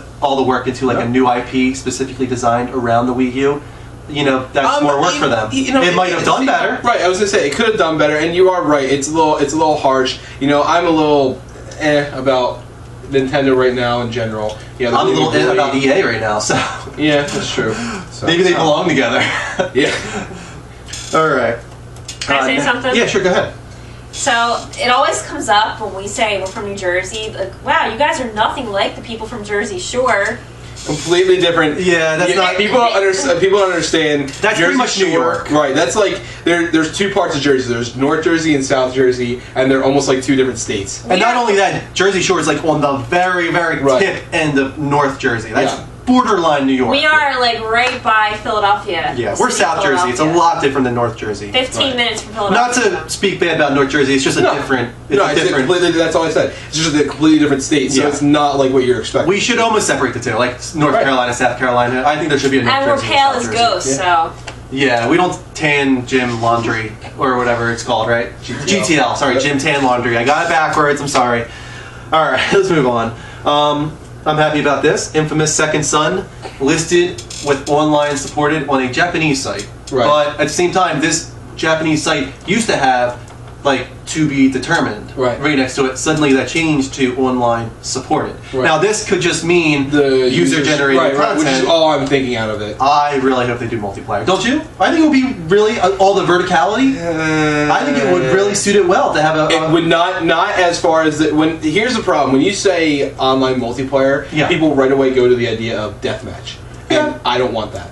Not for that game. Okay, maybe you will. I think it should be included. I think there would be a lot of people that would like deathmatch. I think it would have that Uncharted 3 feel or 2 feel where you have the verticality. Right, but but again, it's a completely different style game. Here's what I would want to see out of it. Okay, go ahead. What's it called? Gotham City Imposter style. Okay. Where it's you have your different powers. You choose one of the superhuman powers or whatever like that. You go into the level and it's either capture the flag or like detonation with like a bomb, or you have to take over an area, or like maybe paint the city because it's all about graffiti. Yeah. Kind of like graffitiing areas and everything like that. Yeah. I think a lot of that type of stuff would be. I agree that a free for all would be kind of wild, but it's Will. Hey, we got Rico. Hey, Will, welcome back.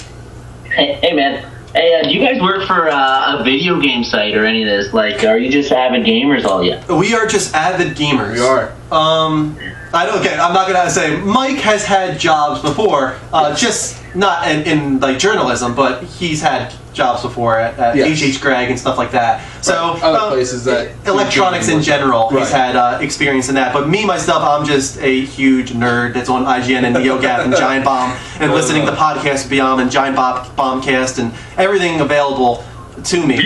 Beyond, exactly. There we go. Will is a Beyond fan. Nice. So yeah, that's it for me, man. I just I don't even play games as much as I would like to. I know a ton of people on here have a higher trophy count than I do. It's just I love reading about games. I love the industry. It's a really cool industry. I'm the exact same. I'm going to school for business, and again, I apply it to video games all the time. I won't be going down it as a life career or anything, but I love playing games. I follow more when the games are coming out than I actually do when they come out. I play them less. Yeah. I hear an accent in there. Where are you from? What was that, guys? I said I hear an accent in there, kind of. Where are you from? I'm just curious.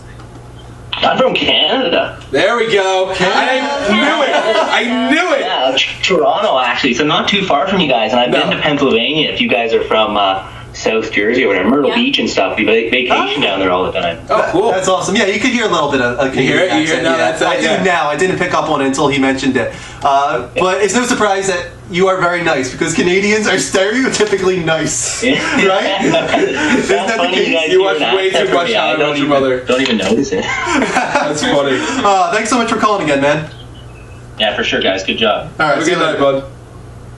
Yeah, that's awesome. I like him. Continues to call back. He seems like a good guy. Movie Man, we will add you after the show. Yeah, anyone who's adding us, please do, first of all. We're talking about on PSN, but all the people that are adding us, we don't want to interrupt the show with messages and ads and all that kind of stuff. After the show, I go through everything. I respond to messages. I take all the ads. I go on Twitter and see if anyone... Believe it or not, Drew, literally, we end the show. Drew goes right on the Twitter, adds everybody. I literally go into his friend request, and I'll go through and add every single person that sends a request. I do the same thing when I get home. I try not to do it on my phone. Yeah. But like I told you the other night, I went home and I got 11 of you guys, just literally waiting there. Last week, I think I had 9. So even after the show the other night that you and Kristen had, I had 3. There was one night, it was just me and Kristen actually, but we got 31 PlayStation Network ads. That was awesome. But like we're saying, it takes a little while, so it's not like we're ignoring you. It's just it takes us a while, a few minutes to get to it. I get most excited about Twitch ads. Yeah, me too. You? We want Twitch ads. No, they're the most important to me. I know. I agree. They are the most important. Twitch, to say why it's the most important again, is because we want you guys to know when we go live, and if you heart us on Twitch, you will get an email alert letting you know that we've gone live. But Twitter is right behind that, because we also tweet a lot, like saying 30 minutes until we go live, 5 minutes until we go live. If we have schedule changes, if we switch day, we'll let you guys know on Twitter and Facebook. So all these different avenues you can follow us on. Are Bree and Greg arguing over who lives closer to us? Yeah, and who's the biggest fan? Oh, jeez. I think Greg's closer actually. I thought Bree said she was. He's from New York, so I would imagine he's Long Island, so he's only like 2.5, 3 hours away. So.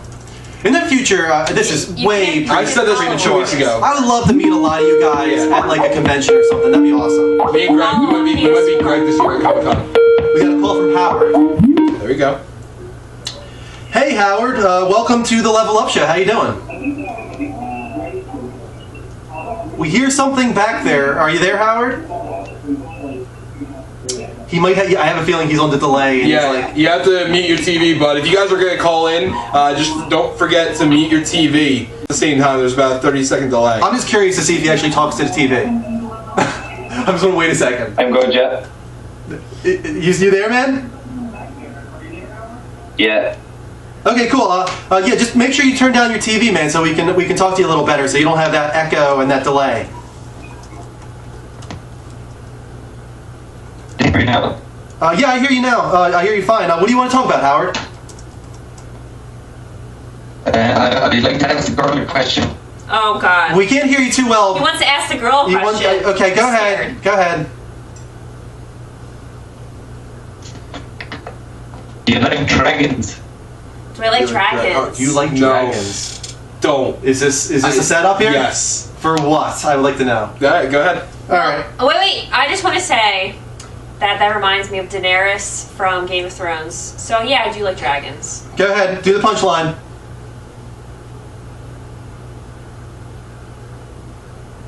Oh, that was a good one. Okay. Woo! You're not going to get the chance to say it. Sorry. What was the punchline? One-eyed dragon. One-eyed dragon? Oh, okay. That might have been it. I wonder. If it was the one-eyed dragon he was advertising. Yes. All right, just to say right now, man, Kristen leans over to Mike after we say the one-eyed dragon. She goes, Does that mean penis? Yes, one-eyed dragon means penis. Oh man, this is great. Anyway, we're still open the calls on Skype. Let's go to the next, because we're taking a little longer than I thought we would be. Yeah, we are tonight. But we're having a good show. No, I'm liking it. I'm having fun. Yeah, we're having I want to make sure we can get through. This is a long topic to discuss, but let's move through it quickly if we can. There's big Nintendo news. Just don't even go into that much. Been kind of shut down now, right? Because it's been kind of debunked for the most part. Right. Let's just kind of move through real quick. This is rumors, heavy rumors, and a lot of people think this is false. But there's rumors from a Nintendo site that says that they're usually accurate, that the new Nintendo console is already being worked on. They already have a name for it. It's called Nintendo Fusion, and it's a joint console between the Fusion DS and the Fusion Terminal, which would be the console version. So it sounds like, again, if this were true, they would be going with that handheld to console interactivity thing. But it sounds like more so than being able to have to be 20 feet from your console. It's more like the Vita and the PS4 where you can bring it on the go and whatnot. The RAM, I'll say, is like 6 gigs of DDR4, and then the rest is like DDR3. So it's not even as, according to these rumors, it's still not as strong as PS4 or Xbox One. But it has some cool ideas in there. I think this is false. Do you agree? Yeah, I completely agree. Yeah, I saw that. I bet you that Nintendo is working on the next console. That usually happens not too long after. What the hell, man? I'm Sheldon? Why am I Sheldon? I feel like, I feel like you would be more Howard. Yeah. I feel like I would be the Sheldon. Yeah, you're more of a... I had this kind of an asshole. I had this conversation with somebody earlier, and if you heard my personality on the show is a little bit different than it is in person sometimes. I can be a little bit more abrasive, pulled back, and just completely chilled and abrasive at the same time. Did he say what Mark was? What was Mark? Wait, what were you? Open their comments, Finstar's last comment. He was relating us all to Big Bang Theory people. No, he put Greg. He didn't put Mark. Oh, that's mean. That's a dick. He just skips over Mark Jax. That's fine. He's still from. He's in a completely different show. He's a completely different show. He's Jax. He's doing a little better. Greg says, "Finn, you forgot Mark. I'm not part of the show." It's fine. I'm in a different TV show. I'm too better at TV show. I'm too busy running drugs. No, Howard's back. No, never mind. Howard's. Sorry, Howard. Your connection, first of all, was shit, and second of all, second of all, we don't know if you are trustworthy. Greg is absolutely astounded by. He's trying to call again. Should we try? Give him a chance. All right, Howard. We're gonna give you a chance. Howard, you want to try again? All right, you got 10 seconds, bud. You got 10 seconds, man. Make it count. What's Bubsy? Bubsy is an old wasn't that game. the cat? Yeah, I think it was a cat game. Oh, all right, man. that's long enough. You're done. Might have to block him if he keeps calling. Oh, Mike, what? What? I don't know. Bree just said, "Oh, Mike." Oh, Mike. Greg, did I tell you how Greg is absolutely fascinated by me playing Borderlands and how angry I get? Mike is an angry person for the most part. It comes out in games. So, real quick. Anyway, back to this Nintendo the console. thing. I mean, it's been pretty much debunked. Yeah. You know, if it were to take place, it would be kind of cool. I would be a little scared to see because having a 3DS style controller as your main one. I mean, the problem is they're talking about launching that as the main controller. So. You know, that would be the only issue to me if that was the main controller, because the 3DS, as nice as it is for a handheld, is not a gaming system controller. So, all right, let's go on to the next one, because and from what we heard, it's pretty much debunked. I might have to block this guy. Oh, there's Matt. There we go. Hey. Let's go back to Matt. Hey, Matt. Hey, Matt. How you It's doing? me again. Yeah. Hey. Yep. Looks like it's good. Looks like my fourth call has already came. Nice. It has to be fourth night. It's not fourth call. It's not numbers. But go ahead. What do you want to talk about, man? Well, I have something to say about the Nintendo Fusion rumor that's going on. Yeah, sure. Go ahead. I would say that could be. I would say that it's actually. I don't really think that it's going to happen, because usually, like, it takes like 5 years or 6 years for another console to come out. Sure, that's true. But Matt, they could start working on it way ahead of time. And not only that, we were talking about how, I mean, they're hurting as far as a home console is going. And honestly, it would be pretty poor decision for them not to plan this out already, because they really need something to really bring them up. They might see the death of the Wii U in their sights, and they might be preparing ahead of time. In my opinion, I think what they should do is to detach the Wii U controller from the system. Just attach the Pro controller with every console, bring it down to like $200, and the games that do use the Wii, the tablet controller, you can buy yourself for like $100. You can't buy them. I'm saying that they need to do this. I agree. Because the thing is, really, how many games really support the Wii U tablet controller in a great way? They attach this thing, and none of the games really use it in a great way. Right. So just get rid of it. Right. Yeah, I know. And another thing about, like, in my opinion, about them making new consoles, because if they like make another console already, it would just like leave a bad mark on their brand. No, I agree with that completely. Yeah. But don't you think it's already left a bad mark? The Wii U. It's worse than a bad mark. Yeah, this is already a failure in a way. This is the first time Nintendo hasn't been profitable in like 20 years. Yeah. Yeah. You remember when Sega like year after year they kept like releasing new consoles like every time like. Yeah, like upgrades, almost like Nintendo, like Sega CD, and then Sega whatever, Saturn, some weird, crazy crap. Yeah, Sega Saturn, Sega CD, and you kept attaching it to the top, and it became this Tower of Doom. I feel like at this point Nintendo wouldn't be crazy to examine it, but from what we understand, this is already debunked. And, it's one of those things where it does need to be looked into, but I don't think this is. I think this is false, to be honest with you, but it might not be. But me too, because I'd be better off if Nintendo would go third party. I'm with you on that. I don't know how many other people are, but I'm with you on that. I would love to see Nintendo go third party. Because the way you look at Nintendo, it's something about that logo, their logo that tells you that they're a third party developer. That's gonna be bad. Doesn't that make you feel like that? Yeah, I know. I get what you mean. And the thing is, like, imagine if they do go third party, it would be this weird thing where you saw the Nintendo logo show up on a game, like on a Sony console. But the thing is, all it would take was seeing a Nintendo logo to feel that seal of quality again. You know what I mean? Like, even though it's on a PS4 or an Xbox One, seeing that Nintendo logo would make it feel like a first-party Nintendo title from their old age. So I don't think it would be a bad thing in my opinion, but I have a feeling a lot of people would be against that. Yeah, that's true, but who knows? They're struggling. Yeah. But yeah, thanks for calling again, Matt. Fourth call. All right. Thanks, Matt. Have a nice night, guys. I'm going to be signing off now because I actually got college myself. I got class myself tomorrow. Okay. Yeah. Good luck, bud. Have fun with that in the morning. Yeah. Yeah. The last class I took at my college was computer application. I aced it, passed it. Nice. Well, good luck. Yeah. Well, you better get to sleep then. Yeah. All right, man. Later. Have a good night. Cool. Good night, Finstar. Thanks for calling again, Matt. It's goddamn Batman. LOL, Charlie Hunnam. He's talking about Mark right now.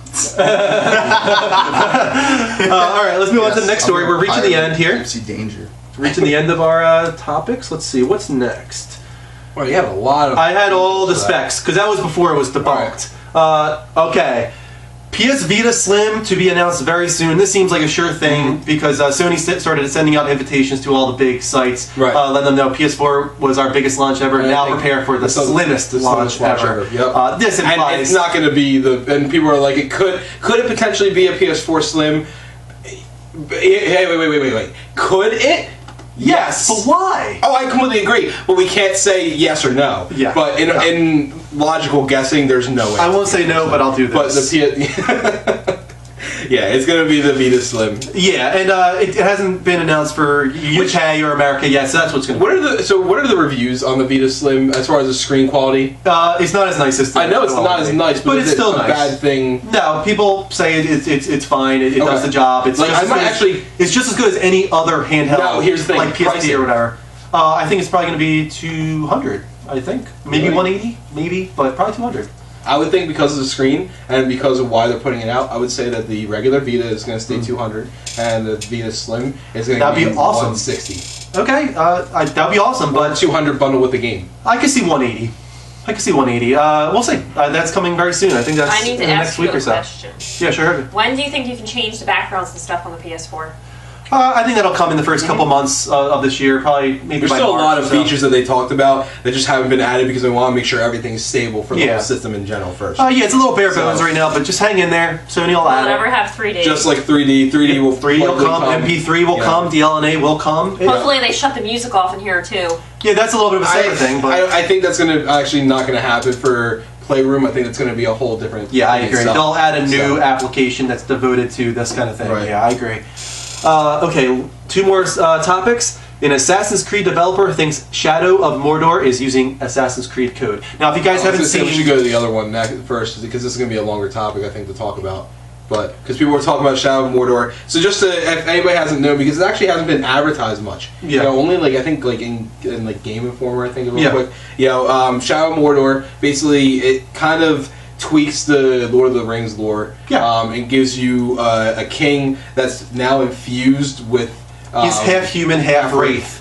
Yeah. So it's kind of it screws up the whole. I'm actually getting annoyed about it right now. You don't like fan fiction kind of stuff? I don't like it. Not when you're changing the complete lore or something. Yeah. There's not. You know. I just don't mess with something that's already good in what it is. You're very limited if you do stay to the lore, but you know I'm okay with this just because. This is what has to happen if you really want to branch out in a franchise. You got to do your own Right. stuff. What the problem is the comparisons that it's making. Assassin's Creed being one of them. Sorry, I was just going off and describing because people might not know. But it's actually not even just Assassin's Creed. It's also Arkham Asylum. I didn't hear that part, but The combat is almost identical. Is it? Like as far as the counterattacks and whatnot, and the way he moves and stuff, like jumping from one to the other, it almost looks exactly like Arkham City, Arkham Asylum. And then when you come to the traversal and the climbing and whatnot, then it is flat out identical animation-wise to Assassin's Creed, to the point when everyone was making the comparison, but then one of the AC2 developers came out and said on Twitter, what the heck is going on here? Why am I seeing my code in Shadow of Mordor? And then he started making jokes out. He's like, hey guys, looks like I'm developing Shadow of Mordor, haha. Like, this guy really seems certain. So, like, he's like convinced that it's his stuff. And if this is true, that's a big allegation. Do you agree? I mean, I've never heard. I feel like that's not even something that needs to be questioned. That's an issue. Yeah, that's not even like. But could there be more to the story than we know? Oh, sure. Could it be that maybe they made like a deal? Maybe they got some guys from the Assassin's Creed team. Yeah. They brought over some code with them, and it was agreed to. Unfortunately, coding is not something that you can copyright. Yeah. You know, for gaming. Yeah. You know, whole styles of gameplay and everything like that. Yes. You know, for a complete. Is that true? I just kind of remember with like Social Network, where Mark, what's his name, kind of said during the film, he's like, I promise you, every single line of code in there is mine. Like that's all my code. Like he seemed like kind of. Because they had trademarked, they had done something to secure that code was theirs. Yeah. The other brothers, the Weinstein brothers. I was just wondering maybe if code can be trademarked. I really don't know on that. I'm not 100% sure. Yeah. But from what I understand, I don't think code can actually be secured. Like patented or trademarked. I mean, I think you can, but I think it doesn't. Like if you have like Assassin's Creed is going to be patented for all the stuff that it is, but I don't think that they can code. You know, they can say that the coding in it is secured. I think that could be used wherever. Anyway, regardless, this is overall a big issue though, because copycats are just not. It does look like a cool game though. I think it looks pretty cool, and it does some stuff that's very interesting, like as far as like the teleportation using. That's kind of cool, like going into the ghost world. And the whole idea of like enemies remembering your previous attacks and whatnot. Like if you scar up an enemy, he'll stay scarred and he'll remember you and he'll call back to that. Stuff like that. Yeah. Yeah, and it seems like they're trying to do some cool things there. The name of the character is really lame. Yeah. Like rat. Maybe it's early. Ratbird. But that's kind of fits in with the Lord of the Rings type stuff. They had those stupid kind of names. You know? Not as bad as Ratburn. Yeah, Ratburn was pretty good. That's fucking awful. Is it not? It might be dynamic, where it like names on the fly and it takes like an animal and adds a certain thing to it. That sounds like a disease almost. Thank you. You've got a little bit of Ratburn on your arm there. I have a cream that'll take care of that. Oh my god. I have the Twitch app and then y'all don't show up. Yeah, I noticed that too. We don't actually show up. Well, the Twitch app, it doesn't seem to show up, and I think that has a lot to do with us using the Playroom. If you really want to add us on Twitch, Bree, go on a computer. Go on like an actual internet browser and type in the address you see right here. That's the best way to do it. Sorry, it seems like the application is against us. Not sure what that's all about. But if you haven't seen it, check out the video for Shadow of Mordor. There's like a good 10-minute long video up, and it looks interesting. It's just very bizarre watching it. It's like, who made this game? It looks exactly like Assassin's Creed. It's weird. And the last news story is something you're really psyched about. Yeah, it's a small news story, but I think a lot of people would be interested to know that Final Fantasy XIV is coming to PlayStation 4 on April 14th. Woo! Not only that, the beta starts February 22nd. Check out online, see if there's any way you can still sign up for it, because that's free for the beta while you're in it, so you can get a good 2 months of beta experience, and I'm sure it's probably going to be almost flawless. They're coming from PC. The game's complete. You know, they've been working on this for a long time. From 1.0 now to Realm Reborn, it's made huge strides and improved greatly. See ya, NES 8-bit collector. Thanks for watching us. So it looks really good. But not only that, if you guys want a great deal, buy it on the PS3, because then you can upgrade for free on PS4. And there's been some really good deals on the Final Fantasy XIV PS3 version. One was that it was like $5 not too long ago. So maybe wait a little bit. It's probably back up to like 20 to 30 right now. But again, this doesn't come out until April. So you have time to wait. See if maybe it goes down on a discount again. Try and get it for $10, and then you have a free upgrade, and then you have a free month on top of that on Final Fantasy XIV before you have to start spending $15 a month. So you could play a lot of this game for free. Before you finally have to put a fee down, which is very different to Elder Scrolls. Shut up. Yeah. No, I'm not the only one. I've been listening to some podcasts. There's a lot of people disappointed. I agree with that, and I completely agree. I understand. I'm not defending them. Oh, that's another news story I didn't add. It's not a very small one, but that was confirmed mature by the ESRB, right? And they're very surprised about that. They're surprised, but they said they're not adjusting it. They're not going to change it. Yeah. Well, it's a lot more work to change something like that as opposed to like a movie where you can cut out a scene or something. And stuff like that. But I'm glad. I mean, I honestly don't think, even if it was that much of an issue, I don't think they would bend it. I think they want people to experience it. Yeah, this is the game they developed. Keep it the way it is. It's not going to affect you in any way. Skyrim and Elder Scrolls 4 Oblivion were both mature. Right, and I'd be surprised. I'm liking the cast, and I know you didn't say anything about this, but the cast has been released. The cast details. John Cleese. Oh yeah, a lot of good people in it. Who else was in there? A lot of really big people. There was 3 or 4 that were really well known. Yeah. John Cleese is it for me. Yeah. As soon as I found out he was going to be my butler in Fable 3, I knew I was pre-ordering it. Yeah, I didn't care how badly people were going to bash it. It was getting bought. I agree. Goddamn Batman PlayStation Now is going to be awesome. I haven't gotten an answer back yet to see if I'm getting into the beta or anything like that, because that's supposed to be the end of this month for PlayStation Now. The January beta. Yeah, I don't think they sent anybody. Yeah, there's been no send-outs yet. I haven't seen anything online, so it's got to be happening soon. We're now on the 26th of January. If they're going to stick to their word, it should be coming in the next 4 or 5 days. Right. Okay, we're done with the topic, so let's take some comment questions while we wait for some calls. We'll do one last 5-minute segment for calls while we talk comments. We're the Level Up Show on Skype, spelled exactly how it sounds. Could one of you guys plug that in there real quick, just in case people are confused? Someone just asked if Witcher 3 is turn-based. No, it's not turn-based, and it's apparently looking absolutely phenomenal. Oh, yes. No surprise there. That was a beautiful piece of game. Like over, I think it's 30 over 30 endings. Oh yeah, it's over 30 endings. I think 36 different endings. There's some like the thing is like they count different endings as being very minimal differences. Kind of like Heavy Rain, if you know, where they have like segments that are... Well, there are going to be that. Well, not even segments, but there are going to be like major different endings, but there's going to be a lot of like really tiny ones where like, you know, it's... What were they saying? They were... It's you the way they break down like the different like mission trees is, oh, well, you have the good version of this and then the bad version of this and the good version of either or bad version of either of those two, and it trickles down all the way through. So there's a whole lot of opportunity for different options, and to get every single ending of The Witcher 3 is still going to take a lot of dedication and a lot of time. Supposedly it's like 60 hours of gameplay. It should be coming to the PS4, which is really exciting. Yes. So someone keeps asking about Basement Crawl. It's been a few weeks now, and I wish I knew more about this game. I know that it's a PC game, I think, that's being ported over to PS4. I don't know Jack. I'm not even going to lie to you. Yeah, I'm almost interested. Why don't you guys keep talking, maybe talk comments. You guys can call in, guys, on Skype, the Level Up Show. Please do. We want to take 1 or 2 more callers. When do you know when Watch Dogs is coming out? Watch Dogs, it's going to be the end of Q2, which is by the end of June. By the end of June. So, should I buy an iPhone 5? No. iPhone 6 is rumored to have a much bigger screen. Yeah. Oh, I want it. Yeah. I should have waited. Darn it. Because in my opinion, the Samsung phone, it lags a lot. Yeah, it does. Yeah, I could have told you that because Samsung UI is awful. Yeah, I'm not. I want the iPhone 6. I like the iPhone better, to be honest with you. Darn it, I'm stuck with this for 2 years. I'm not even gonna lie to you. As annoyed as I am with the company, I love my LG phone. I want to read this off. Base and Curl is a strategic action game that combines maze-based mayhem with high-intensity action, explosive traps, and potent competition. Players are able to face off against 3 friends via the 4-player local multiplayer, or join into a larger online against up to 8 players. It looks kind of dark, like kind of like horror, like clowns and stuff. It looks kind of weird. Its release date says Q1 of 2014. It's going to be $10, and it's done by Bloober Team. Actually, I haven't heard of them before. They must be a PC guy that's porting this over to PS4. So sounds weird. Yeah, it does sound weird. Gonna have to check out a video. I keep meaning to, and I keep forgetting.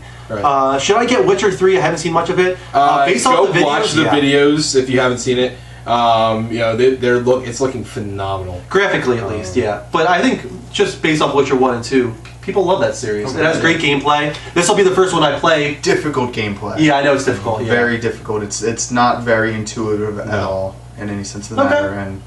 But yeah, I don't know. The one issue with The Witcher 2 that started was they didn't have a tutorial at the beginning. So they kind of throw you in, and it's a really complicated and complex system. And it's like, I have no idea what's going on. Deal with it, Mark. And people hated it. So then they threw in a really quick tutorial at the beginning. It's like, hey, this is how you do things. Figure out the rest on your own. So, oh man. Well, which we're probably going to talk about next week. Actually, that'll probably be our topic of the week next week. We really want to talk about difficulty versus accessibility. Seal on that one, Mark. Yeah. I am kind of mad that we're not talking about it this week, but there's just such a huge story to talk about this week, and it would take up so much time anyway. Let's move on. So what we've been playing, this is going to be a joint. Yeah. Jeremy Bucks is trying to call us. Go ahead, Jeremy. Sorry, call us one more time. Do we get Skype? Oh, that's really annoying. It's calling your computer. It shouldn't be. I deleted Skype. Oh, he's calling the phone number. Oh, there we go. We'll answer that. Hey, Jeremy, how you doing? Hey guys, what's up? Hey. Hey, what's going on, man? What do you want to talk about? Well, you guys said something about coming updates for the PS4. Yes. And I'm watching you guys right now for the first time ever on my PlayStation 4. The last thing I got was a PlayStation 2, so all of this is very new to me. Cool. Oh, okay. Wow. Welcome to the next generation. Yes. Thank you very much. It's great to be here. What do you guys think is going to come with more software updates? Because I have no idea. I think what people are really demanding right now, if you don't know, PlayStation 3, Xbox 360, they all had MP3 playback. They had what's called DLNA support, which meant that you could stream content right to your PS3 or Xbox 360. For some reason, these were neglected for the launch of PS4 and Xbox One, but they're highly demanded. So I have a feeling you're going to see those come very early this year. As well as, I have a feeling it's going to become much more like the PS3, where you're able to just put a lot of stuff on your hard drive, your images, your pictures, your videos. That's coming, I think, and then hopefully you'll be able to share and stream and all that kind of stuff. And on top of that, I think there's going to be a lot more customization when it comes to your UI. People were asking earlier about the backgrounds, and there's also things like a YouTube app. There's quite a lot, honestly, that's not only missing, but was also talked about when they were announcing the PS4. So honestly, the best thing that I can recommend is go back and watch like the PS4 reveal from back in February. And just watch that. Even though it's a little long, it will show you some of the features that they were talking about looking into, and even if they don't implement all of them, you get an idea of what they want to do. One of the big things that's coming, if you don't know, Jeremy, is something called PlayStation Now. Yes, and that's coming just announced recently. That was just announced. I don't know what this is now. I have no idea. Okay, it's coming out in summer. He's gonna love this too. And the idea is that all of your back catalog for PlayStation 1, 2, 3, Vita will all be streaming from the cloud to your PS4. So I could play PS2 games on my PS4? That's the idea. PS2, PS3, Yeah. possibly other ones as well. They haven't announced anything. What's really cool about it is you don't need a disc. You don't even need to download it. All you need to do is have an online connection higher than 3 megabit download per second, and you can stream the content straight to your TV. And not even just your PS4 and your Vita. They're talking about being able to stream the content to TVs, to tablets, to phones. So I can play my Tekken 5 game from PS2 for free on my PS4 in the future? Well, that's the thing. We don't know yet what the price is going to be. There's going to be a subscription model for this, where you can rent games or you pay one fee and you're able to get this many games per month. And it also is unknown if they're going to have any way for you to prove that you previously owned a title, and so that you can play it for free. The rumor right now is probably that that's not going to happen, to be honest with you. But I have a feeling you're going to see like a lot of like the Uncharted series and the Sly Cooper series and a lot of like big franchises. You're going to see them probably pretty cheap rental-wise on this PlayStation Now and immediate streaming to your. If I can start playing Sly Cooper again, my life will be complete. Well, actually, believe it or not, do you have the PS3 as well or no? Nope, just 2. Okay, that's a shame. Are you getting a Vita for your PS4?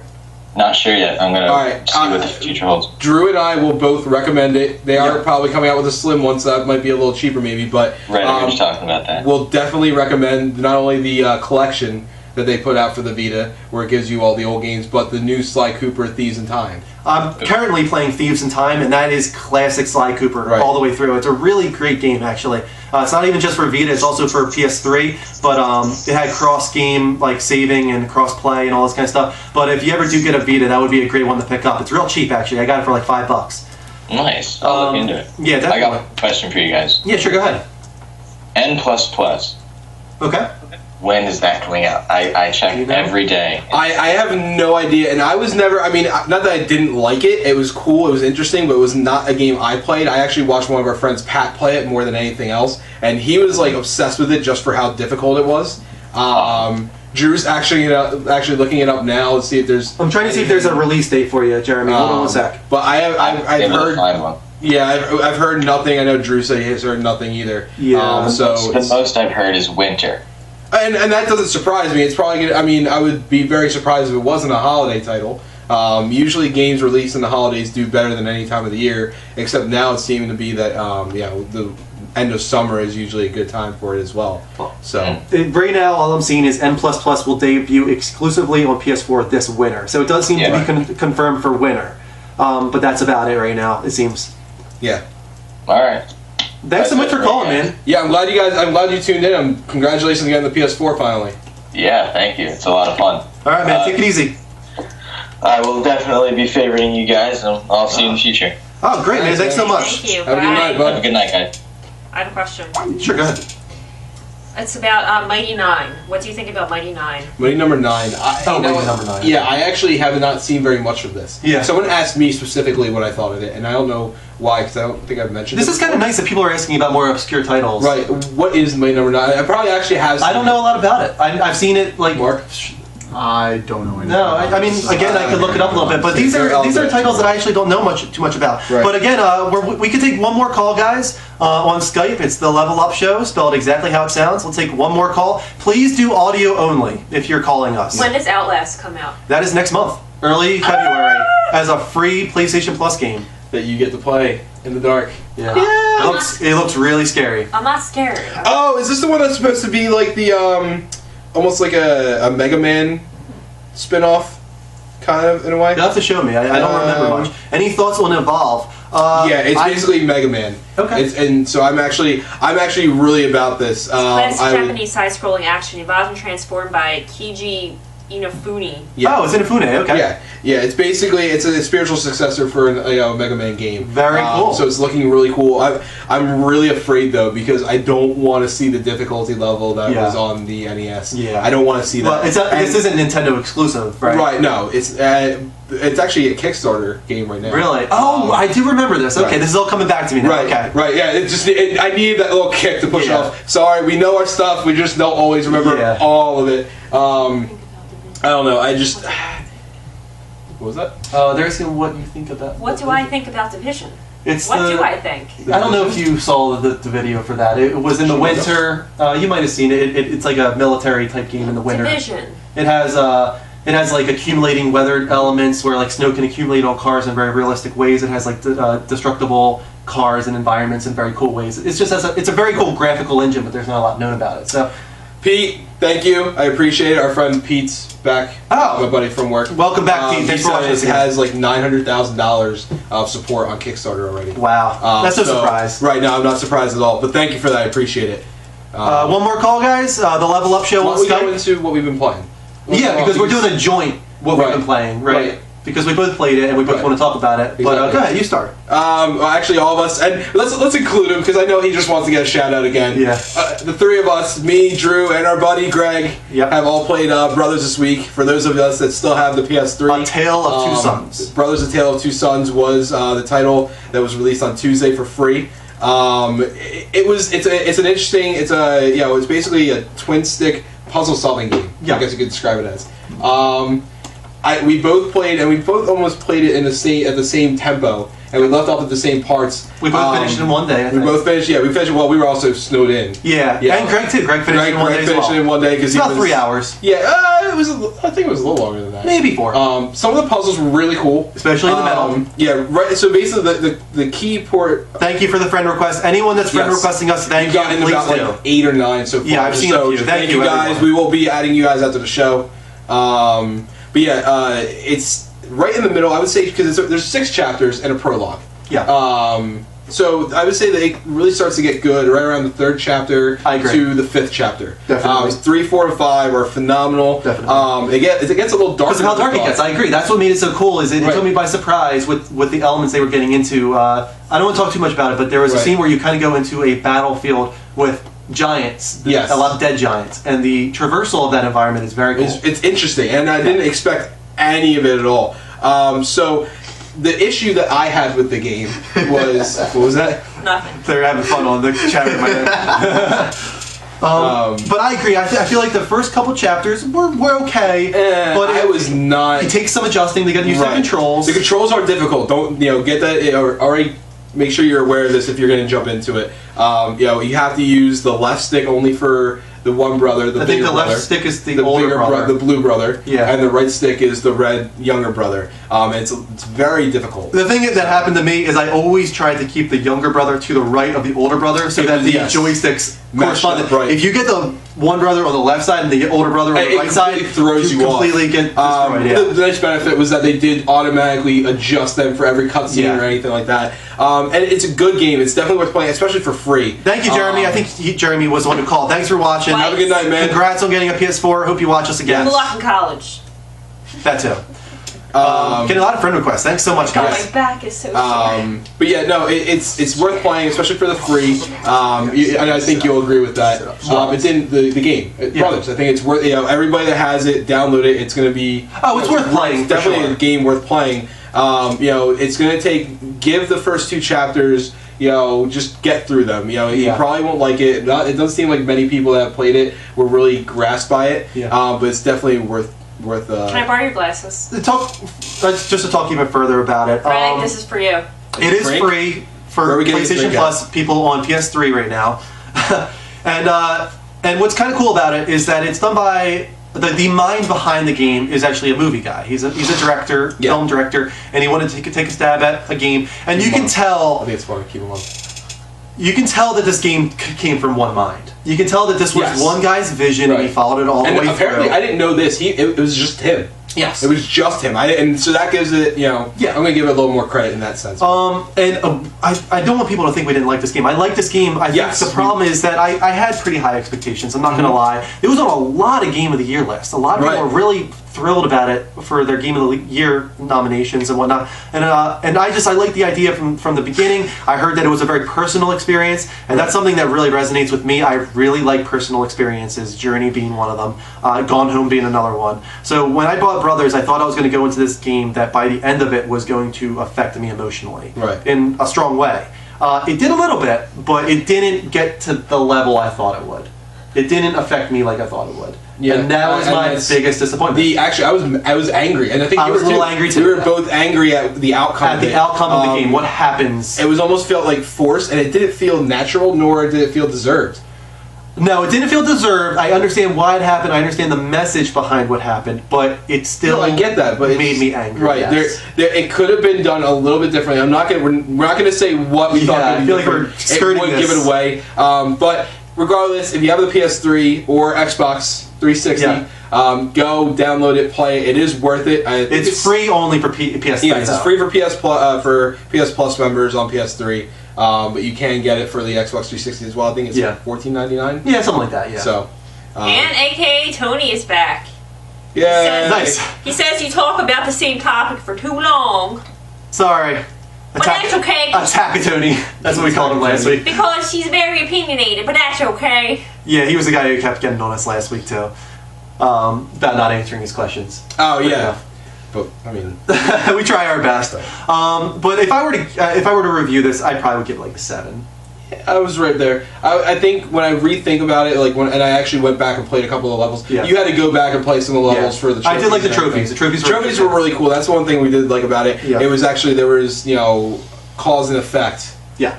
Trophies in there. That was at least one that was really. They're cool. all very interesting. They're all not obvious for the most part. So I like that about it. Next, we have the topic of. Well, I just want to say I'm still playing Sly Cooper. I talked about it earlier. I'm getting further into that. I got a Deb comment.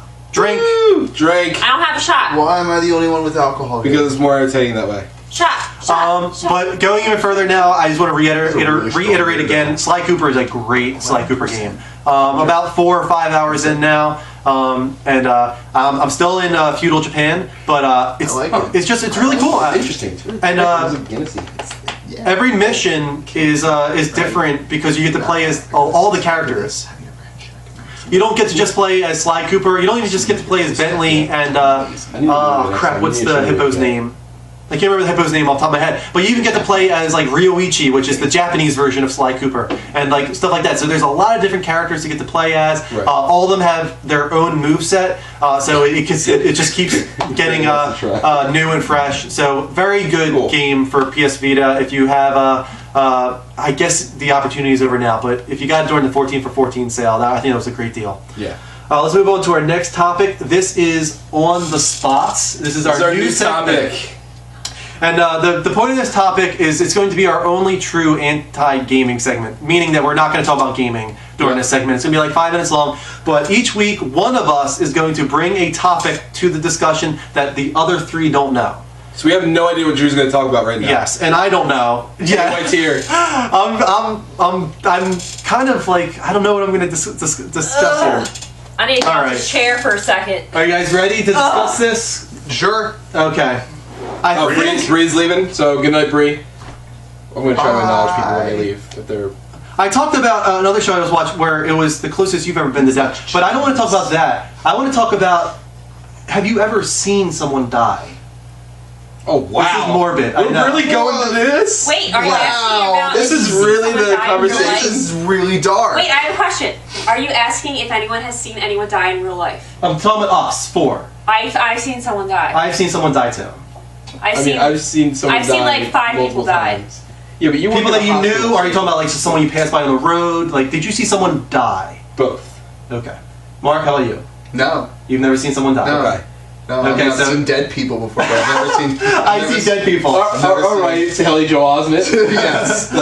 Okay. They were very well confined into their caskets at the moment. I've seen people die at work. Now, mine is not so exciting because the 2 people I've seen die were both family, and it was just both them dying naturally as we watched them die. Unfortunately, the one was from AIDS. That was pretty rough. Oh wow! I saw a guy, my cousin. He withered away pretty much. Wow! He became 100. Why are we doing this? Because it's an interesting subject, I think.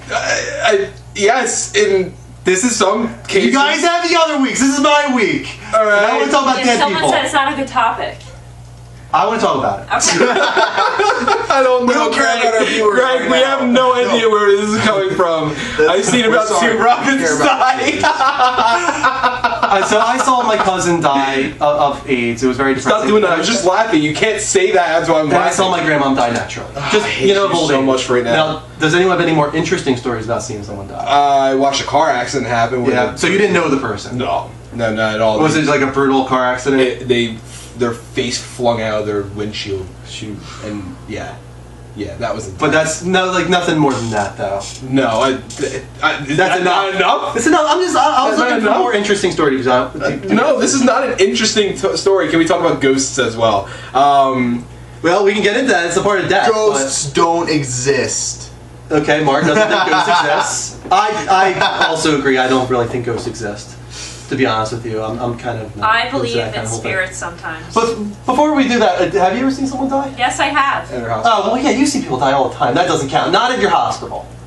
I'm sorry, but that's off limits. Oh, come on! Thank you. All right. See, everybody's like saying this is not the good topic. I really wish you would have told me this was your topic. I would not have let you go through with this. I wanted to be depressing. Guys, we apologize. This is an error on our part for not censoring this in advance. Do you have a better topic? Not for this week. We already killed the segment for this week. I think now we need to go into something. No, I still want to go forward with this. Oh my god. Child slavery? Yes, because this is a topic I wanted to discuss. But why? Because I think it's interesting. Okay, back to ghosts. Can everybody else agree that they feel just as uncomfortable as I do? Okay, are we Sometimes. transitioning this? In my dreams, I see them.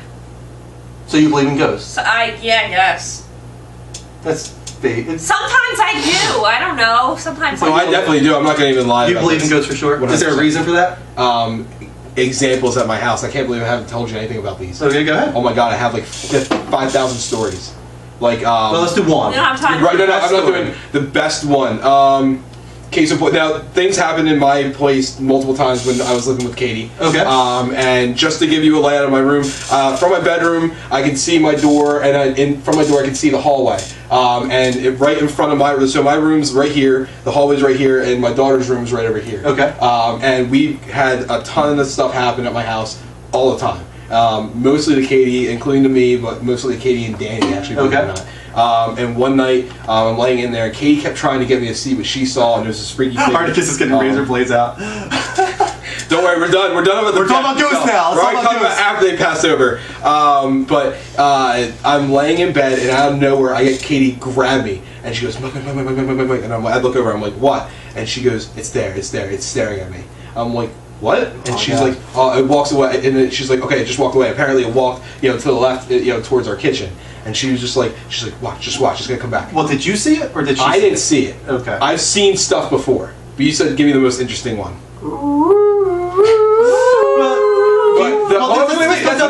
That's not done. Okay, keep going. I'm not done. So this is where it actually gets interesting. So I'm sitting there, and it's about 2 or 3 minutes past by, and I'm still watching just to, because I haven't seen what she's seen. I've seen stuff, but I haven't seen what she's seen. And so she's like, and she grabs my wrist again, and she goes, there it is, it's there again. And before she even finishes, she's like, oh my god, it's going in Danny. And before she even finishes the sentence, she's saying it's going in my daughter's room. Before she even finishes that sentence, my daughter, out of a deep sleep for like 5 hours, wakes up and just starts screaming, crying. This is crazy. Hysterically. Screaming, crying hysterically. I jump out of bed. You don't fuck with my daughter. I run out of bed. I get in there. I grab my daughter, and you just feel this like overwhelming like pressure of a feeling. Yeah. It's not even just like this like protective feeling. I've felt it before. It's like a overwhelming pressure of a feeling, and it's like cold, and it's just weird. See, now it's something that happened to me. I wouldn't want to live in that house anymore. Like I don't fucking want to live there anymore either. I just have to right now. All right. Losing people. That's fine. But yeah, okay, that's interesting. So you haven't, if I had an actual experience, then yeah, I guess I would believe in it, but I haven't had an experience, so I'm very skeptical, and I probably won't. Okay. I think I always will be. I don't know. I don't think that'll ever happen to me. All right, so that was on the spot for this. So now that we dropped about 30 members, let's go back into something that's what people want to talk about. I hate you. Games about ghosts. Oh my Let's god. talk about fear. Yeah, let's move on to Blast for the Pits, because you want to talk about Gex. I do want to talk about Gex. Oh my god. I'm mad that you didn't get any music for this. Oh, sorry. We can put on music right now. Go ahead, keep talking. Try to find music for it. Gex. Gex was actually across a couple of platforms. It was on PS1. It was also on Game Boys. I played on PC, I think. Was it on PC? It might have been for PC. But it was basically this gecko, and it was a platformer, 64 style layout, where the one game you actually were in a mansion. You had different areas to go in, and it was kind of cool because you would go into each area. And like I said, it was very Mario 64 style, where you would go in and you could do multiple things in each world. So this was definitely Sony's answer to, or at the time. Was it Sony? Mm-hmm. Well, it wasn't Sony. Okay. But this was definitely the best PlayStation version of a Super Mario 64 type game. But basically, I even remember one where it was Gex Enter the Gecko. That's what I'm thinking of. Yeah, and there was a few of them. But he was, he would go into different areas, and he would always form to whatever area he was in. So if he went to like a Greek area, he would be like in a in a robe and everything like that. If he was in like a haunted house, he would be a horror version of himself. This is Gex Enter the Gecko. This is the theme song? This is the menu music. That's weird. Let's try Toon TV. I remember this actually. I remember Toon TV. There we go. Yeah, he was almost like Kirby in a sense, where he just kind of kept changing. Right, kept changing. So it was almost like combining Kirby with Mario 64, and it was great. And it was that's what I remember right there. Yeah, right. But the whole game itself, graphic-wise, it was pretty good. Like I said, it was 3D, and it did pretty well for at the time. The dialogue was hilarious at most points, and definitely just the humor of the whole game, just keeping up the entire time. So overall, I miss this game, and actually, this is something I hope to see come back on the PS. Yeah, I don't remember it having any after that. I feel like that was the last one. There was, I think Enter the Gecko was the last one, but there was, I think, 3 games of it. I think something like that, yeah. Oh, what do we got? Big White, they've been on since 9:30. They're asking how long is, No, this isn't our longest show, but we had, I think, a 3.5-hour one. Yeah, we had like a 3-hour one, I think it was. But we are trying to move through, so. Yeah, but yeah, if people don't know, we're on every Sunday at 9:30 p.m. Eastern Standard Time. Let's see. What really mashes my joysticks? This is our new rant segment. I'm going to take this week. All right. So, silence, because I'm... No shirts being ripped off this week. I'm not ripping off my shirt. Sorry, Greg. All right, my issue... And I took his jacket off. And I think a lot of people are going to have this issue. Square Enix. I'm going to wait. Square Enix, they failed this generation so poorly.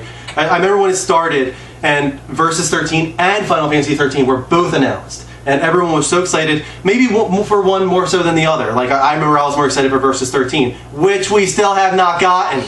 Like, this has been 8 years now. Like, Final Fantasy 13, it looked pretty good. I think people were skeptical about it. And I remember it kept getting closer and closer. I was getting hyped, and then it came out in Japan, and the Famitsu numbers came out, and like the forums started exploding about it, and just started going off like it's linear as all fuck. Like there's no world map, there's no airship, there's like you're in corridors the entire game. I still got it, I played it, it was fine, but all the magic was gone. There's no like side quests. There's no non-linearity at all. It's this sci-fi technology thing that they keep pushing. They won't go back to the old lore. You know, the chocobos, the Moogles. You know, the fantasy elements that make Final Fantasy Final Fantasy. And then on top of that, I'm sorry, I know I'm a PlayStation guy, but when they announced that it was going to Xbox 360, after 3 years of promising exclusive to Sony, and up to like the final trailer right before that happened, it still said Sony, like, for PlayStation 3 only. Like, it was clear in font saying this is a PlayStation 3 exclusive. Like, if they would have announced at the very beginning that it was both consoles, I would have had no issue with it. I would have said, yeah, this is where the generation is going. You're going to have a lot of multi-platform stuff. But to promise people for so long that it was going to be exclusive to one and then change it, I thought that was just a slap in a lot of people's faces. And then, not even just that, now we've got Final Fantasy 15. Finally, Final Fantasy Versus 13 has moved on to 15. And that's not exclusive either. This has been 8 years of people thinking it was going to be a Sony exclusive game. And now it's also for Xbox One, on top of Kingdom Hearts 3. Something that has never ever come to Microsoft consoles, doesn't have a fan base whatsoever on those, also coming over. It doesn't make any sense. They're completely out of touch with their Western fan base. They keep thinking that they want to incorporate these Western RPG elements into their games to appeal to Western audiences, when the audience in the West loved that it was a JRPG. There's not enough JRPGs anymore. That's why Ni no Kuni was so loved.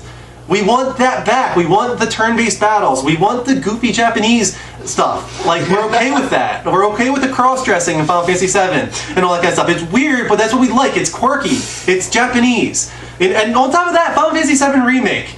Like, we're waiting. We've been waiting for how long? And you keep teasing us, too. Like, if you're not doing it, then tell us you're not doing it. Don't, like, keep throwing out, like, advertisements in Famitsu saying, we look forward to seeing Cloud again. Like, and then everyone just explodes. Like, Final Fantasy VII Remake is coming. It's like, I feel like they're raping my childhood. Like, kind of like South Park with Indiana Jones and George Lucas raping him. That's what I feel like. I feel like they're raping my childhood. I feel like they're on the right track. Final Fantasy 15 looks like a return to form in ways as far as mood goes, but that's an action RPG. That's about as far away from Final Fantasy as it gets. Final Fantasy 16 better be true to form. It better go back to the roots. It better be turn-based. It better have a world map. It better have an airship. It better have chocobos. It better have Moogles. It better have Sid. Like, it better have the theme. It better have the Final Fantasy anthem. And the fanfare. Where the hell did the fanfare go? That's been around since, like, the very beginning, up till 12. Then all of a sudden they decide to get rid of the Final Fantasy battle fanfare. This is the stuff that people love about Final Fantasy, and they completely stripped it of it all. It makes no sense. They're completely out of touch. Alright, I'm done. That's it for me. So Square Enix, stop raping my childhood. Feel good now? Yes. Want a drink? I do. I'm lightheaded again. I just finished my beer, I'm sorry. I'm lightheaded again. No. Alright. We didn't get to our main topic.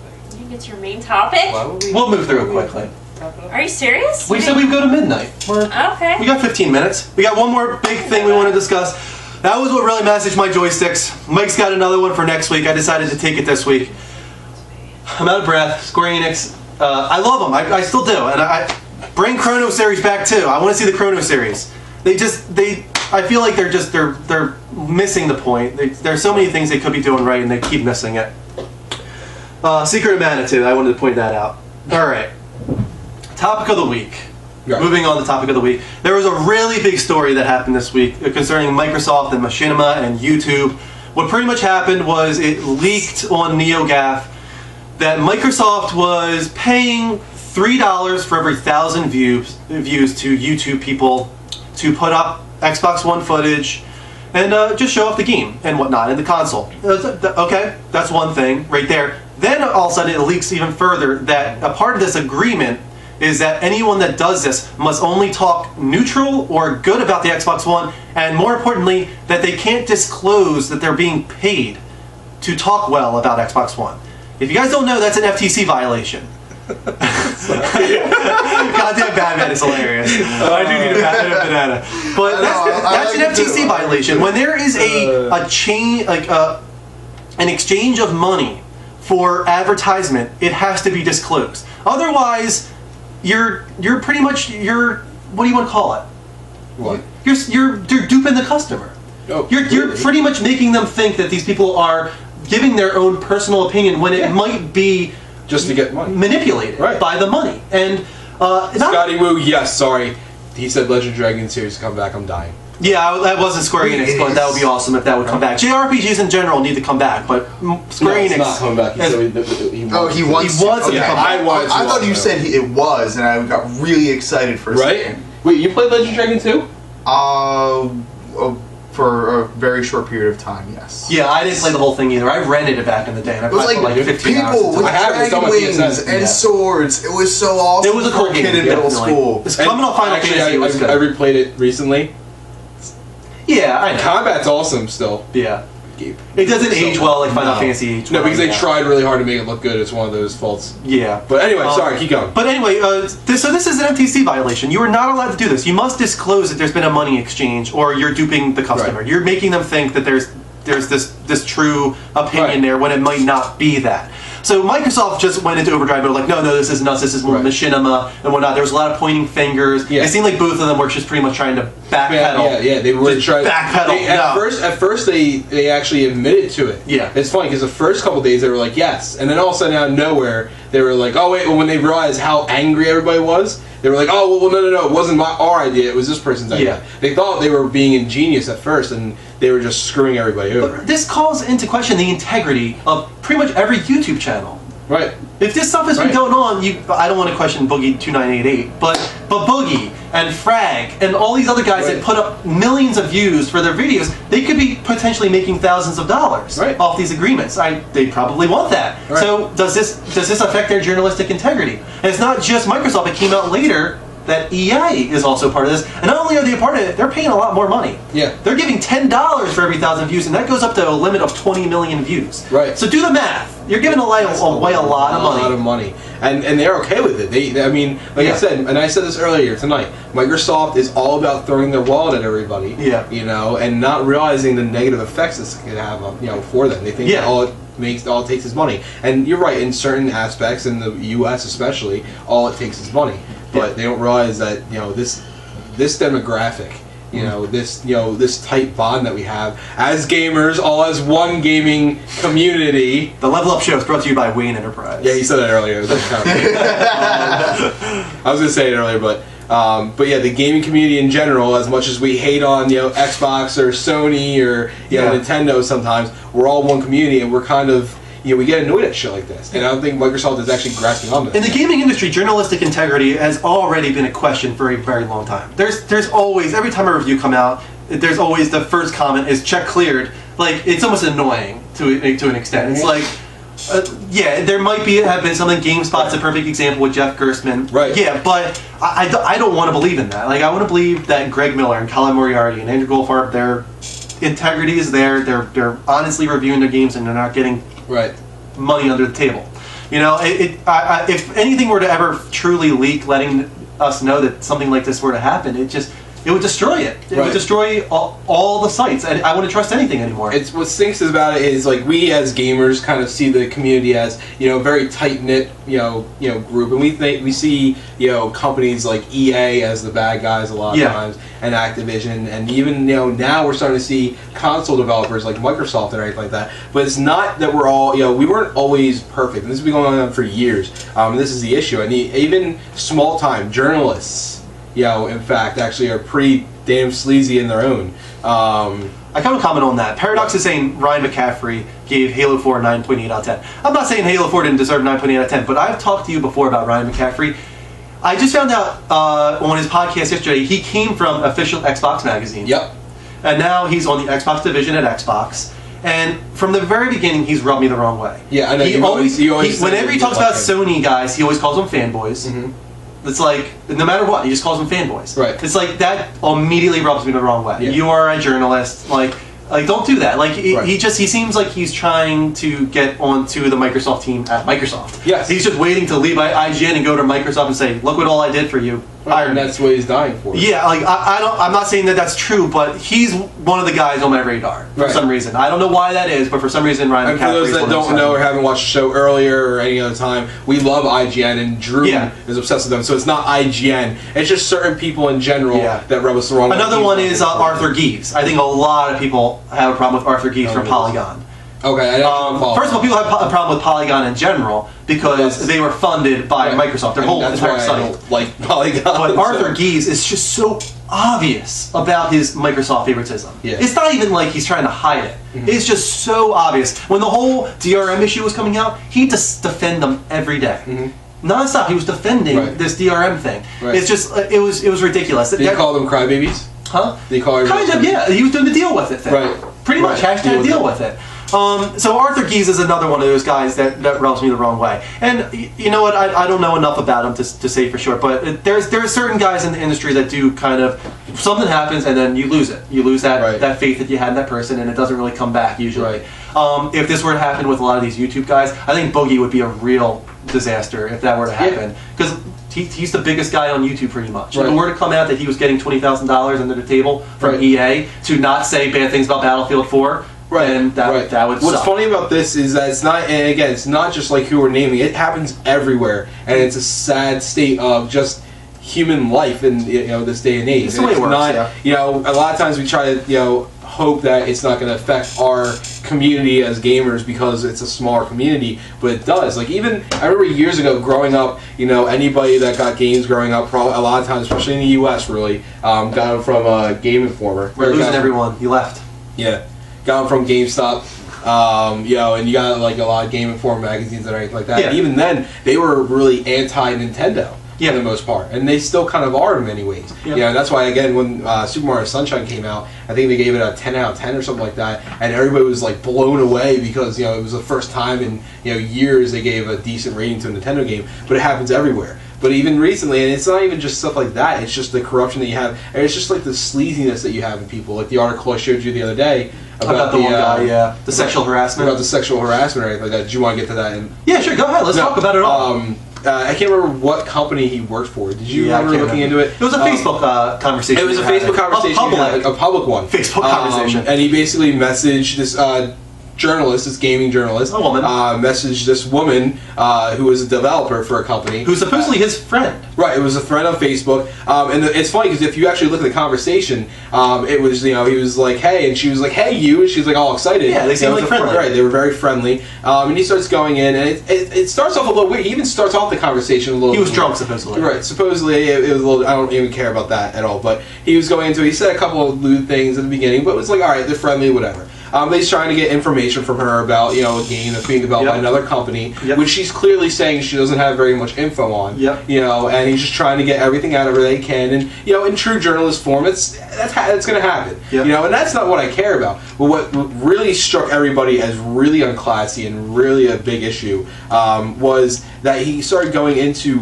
really sexual and lewd comments and was just like... The first one was that if you were to be able to do this for me, I would kiss you on the vagina. Yes, and it was just like... It was just... Right off the bat, and then it just escalated from there. Like, getting dirtier and dirtier. Right. I would kiss you on the vagina was actually the first thing he said. That was the tamest thing he said. Right, that was the nicest one out of everything he said. Yeah, I'll show you the article later. It's nuts. Of course, he came out and apologized and said he was drunk and he's going through a lot of stuff with his brother dying and whatnot. I'm trying not to blame it on that, but of course he still says that. Right, he still brings it up, and that's like the whole... There's a lot, and this just brings up the whole problem of women in gaming in general. Right. But that's a whole other topic, I feel like, that we probably shouldn't go into, but with Lara Croft and all, and women journalists and the way women are depicted in games, that's a whole other topic that we can get into. But there's a lot of blunders within the gaming journalistic industry, for sure. And I feel like good night, Peter. I feel like it's not exclusive to this industry, but I feel like it's a little bit known for it in a way. Right. And it sucks that the journalistic integrity and the way something like this would happen, the way one journalist treats another journalist, a woman on Facebook. This kind of stuff happens. One of the other ones not too long ago was the after party at like an E3 event where there was like women in like very scantily clad clothes like dancing the entire time up on like pedestals and whatnot. And this was like a business like after party for the E3 show. And then of course a gaming journalist came out afterwards and started talking about it. Go ahead. Haven't you ever seen The Sopranos? How many deals were made in strip clubs? Yeah. Come on. Right? Okay. this isn't the mafia here, though. It just... I don't know, man. It's business. The idiocy, like sometimes, it blows my mind that you don't think ahead of time that this is going to offend women. Right. Like... okay. There's a lot of things like women represent 50% of the industry. That's not entirely true. That's a lot of like social gaming and whatnot. Yes, men do dominate most of the industry. It's probably like a 70-30 type thing. But women are getting more and more into gaming. Yes. This is going to happen. Anita Sarkeesian is another one where she was really trying to push women in journalism, and she kind of failed big time too, kind of doing a Kickstarter and trying to say that she was gonna talk about women in games and how there's this thing against them and talk about how she's gonna play games and whatnot. Turns out that she stole a ton of the footage. Right. It wasn't even her footage. She didn't play the game. She didn't have achievements or trophies from those games. It's like Jesus Christ. Like, Booyah. Hey man, if you're dissing her, then you're a woman hater. I'm not a woman hater. I'm not a woman hater. And I would have no, I understand what you're doing. I would have liked to have seen what she would have done with this. But it took her like 10 months to get something out there. And when she did, it wasn't what she said that she was going to do. There needs to be more of this. There needs to be strong female presence in the industry, in the journalism industry, especially for gaming. Hopefully it happens more so and they're not kind of seen as sex idols. That needs to kind of go away. If they're attractive, that's going to happen no matter what, probably. But hopefully we can get away from that.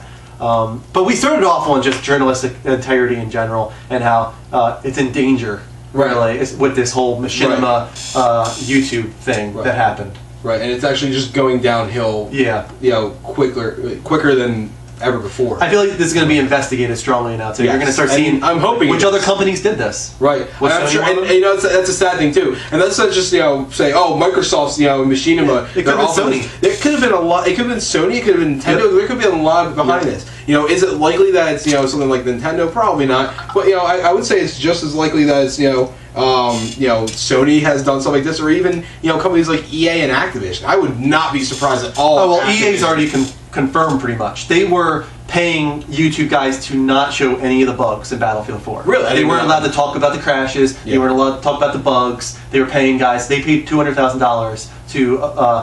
God, I almost don't want to say the specific channels, but they're out there. The specific channels, they've already been listed as the ones that got money, and it's unfortunate because these are big channels. It sucks. A lot of people are really disappointed. Why don't you want to say it? I don't want to say it. I don't know. I don't want to call into question because maybe it's not entirely confirmed yet. Right. I don't want to call into question those channels. It might not be confirmed, but there's been 3 or so channels that are big, million-viewer type channels that have been shouted out as getting money from EA not to talk about the crashes and the errors and all that kind of stuff. It sucks. It really does. All right. I thought that was a big news story, so I figured we spend a little longer on it. Anymore. Oh, okay. We're just about done. We ended right on time, midnight. Perfect timing. All right. Do you want me to try and play the music that you had up? Did you still have it up? I don't know. Oh, it's gone. It's gone. Our music's gone. Let's see. Try to find the music. Guys, thank you again. Drew's going to try to find this for us. You want me to do it? Yeah, sure, go ahead. Let's plug all of our stuff real quick. Guys, we're on every Sunday at 9:30 p.m. Eastern Standard Time. We went a little long tonight, sorry about that, but if you guys want to add us on any of these avenues, here, twitch.tv being the most specific, heart us please so that we can alert you to when we go live. Add us on Twitter for schedule updates, Facebook the same reason. We haven't been too much on the blog lately, but if we do reviews or editorials, you'll find it on our blog spot here. And then finally, please add Mike and I on PSN. We'll definitely add you. We still have a lot of slots open. A bunch of people added it, and we're going to go and add you as well. If I got anybody on mine, as soon as I get home, I'm going to go and add you. You can ask people like Greg and everybody else on my that has me on there. We'll play with you guys. Me and Greg actually have played a lot, which is why that. I think it's actually why he, me and him. I think we have a very friendly. Same thing with you. So if you play with us, we're going to talk about you more because you. Make an impact. So, add us. We're friendly. We're gonna play with you. We want to be interactive. This show is your show as much as it is ours. Yeah, definitely. So, thanks, Jason. Plug the contest too. Thanks, Jason. And the contest, we already have a few entries for both intro music and artwork for the show. For artwork, we're looking more for like pixel art representing us four. And maybe put it in like a gaming environment. It could be RPG environment. Get the Level Up show on there, of course. Our logo, our name, however you want to design it. But take your time with it. Take a few weeks or whatever. Send it to us at our Gmail. It's the Level Up Show at gmail.com. That's level spelled LVL. And you can also send longer messages to us if you have big suggestions for us or anything like that. And if there's anything that you guys were asking tonight that we didn't get to see, we only get I don't know if you guys noticed this, but as far as me and Drew, we can only see 2 lines at a time, and sometimes it just swarms it up, and sometimes we're I've been telling them. See Articus, right? I've been telling them to message like you guys privately. Right, and we'll be more. We really want you guys to do that because we do want to answer all your questions. We just can't get to everything. And I have a ton of message conversations going on PSN now for people that have added me. We love talking with you guys. So please message us, add us on PSN, and then message us, and we'll have conversations. You guys can suggest to us maybe a topic of the week next week or something like that. Jason. Stay classy, Jason. Hot Wheels, thank you. Thank you everyone who's adding us. Again, please, I love getting ads on PSN so that I can talk with you guys. Please add us. Drew M1788 for me, Andrew, and Mike's Noob Guru. We're on all the time. Please add us. Anything else you can think of? I think that's it. Just really the whole thing I wanted to talk about was the contest, and that was it. So. Thank you, Blue Gnosis, for sending us your intro music. Yeah, if we were really impressed by it. It's not. There's no zeros. It's all O's. Just so you know, whoever just plugged me. That was all. Yeah, no. It's spelled exactly how it sounds. Just look right down there. Yeah, it's right down there. No guru, no zeros or anything like that. Yep. Mine's pretty simple too. But yeah, those of you that are going to try to do the music, for our theme song. Blue Gnosis already sent in his, and it's awesome. It's phenomenal. To give you guys a little bit of a hint, similar to what I gave Blue Gnosis, we wanted to kind of sound like classic MIDI music in a sense, but we do want it to feel current, like maybe add a little bit of dubstep to it, or something like that, and maybe incorporate some really cool UI tunes from the Sony interface or from the Microsoft interface, the Nintendo interface. Anything. Incorporate the Mario jump sound or the ding or anything like that. Something that encapsulates gaming that definitely will bring some pep, some life to our show. We want it to be exciting. Something that when it ends, we feel like we can shout level up and be excited. We, at the beginning of the show, every time those that come in late, every single show, we'll play our theme song, we'll say, this is a level up show, and then we all say, level up. We want something that makes us pump, that makes us want to get into it just like that. And remember, make your tech at Wayne Tech. Right. Goddamn Batman. Plug in himself. So we'll be on next Sunday. I know it's a Super Bowl, but what we decided to do is we're going to do a halftime show. Right. So let's and a post-game show. So a bunch of people left. Hopefully, we're going to restate this on our Twitter, Facebook, everything. Because we know we're going to lose a lot of people to the Super Bowl. It's okay.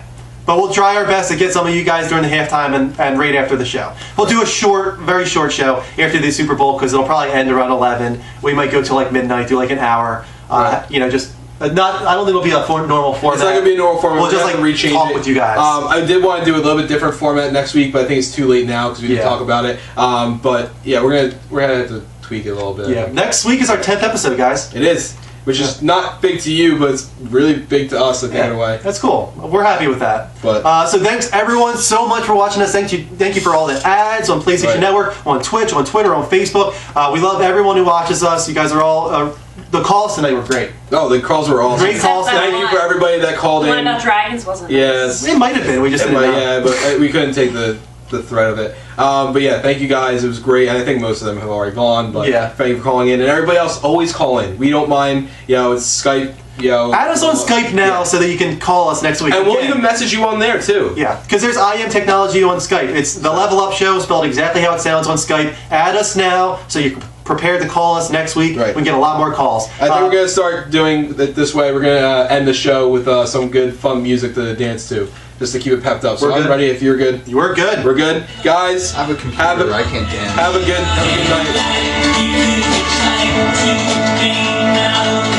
night.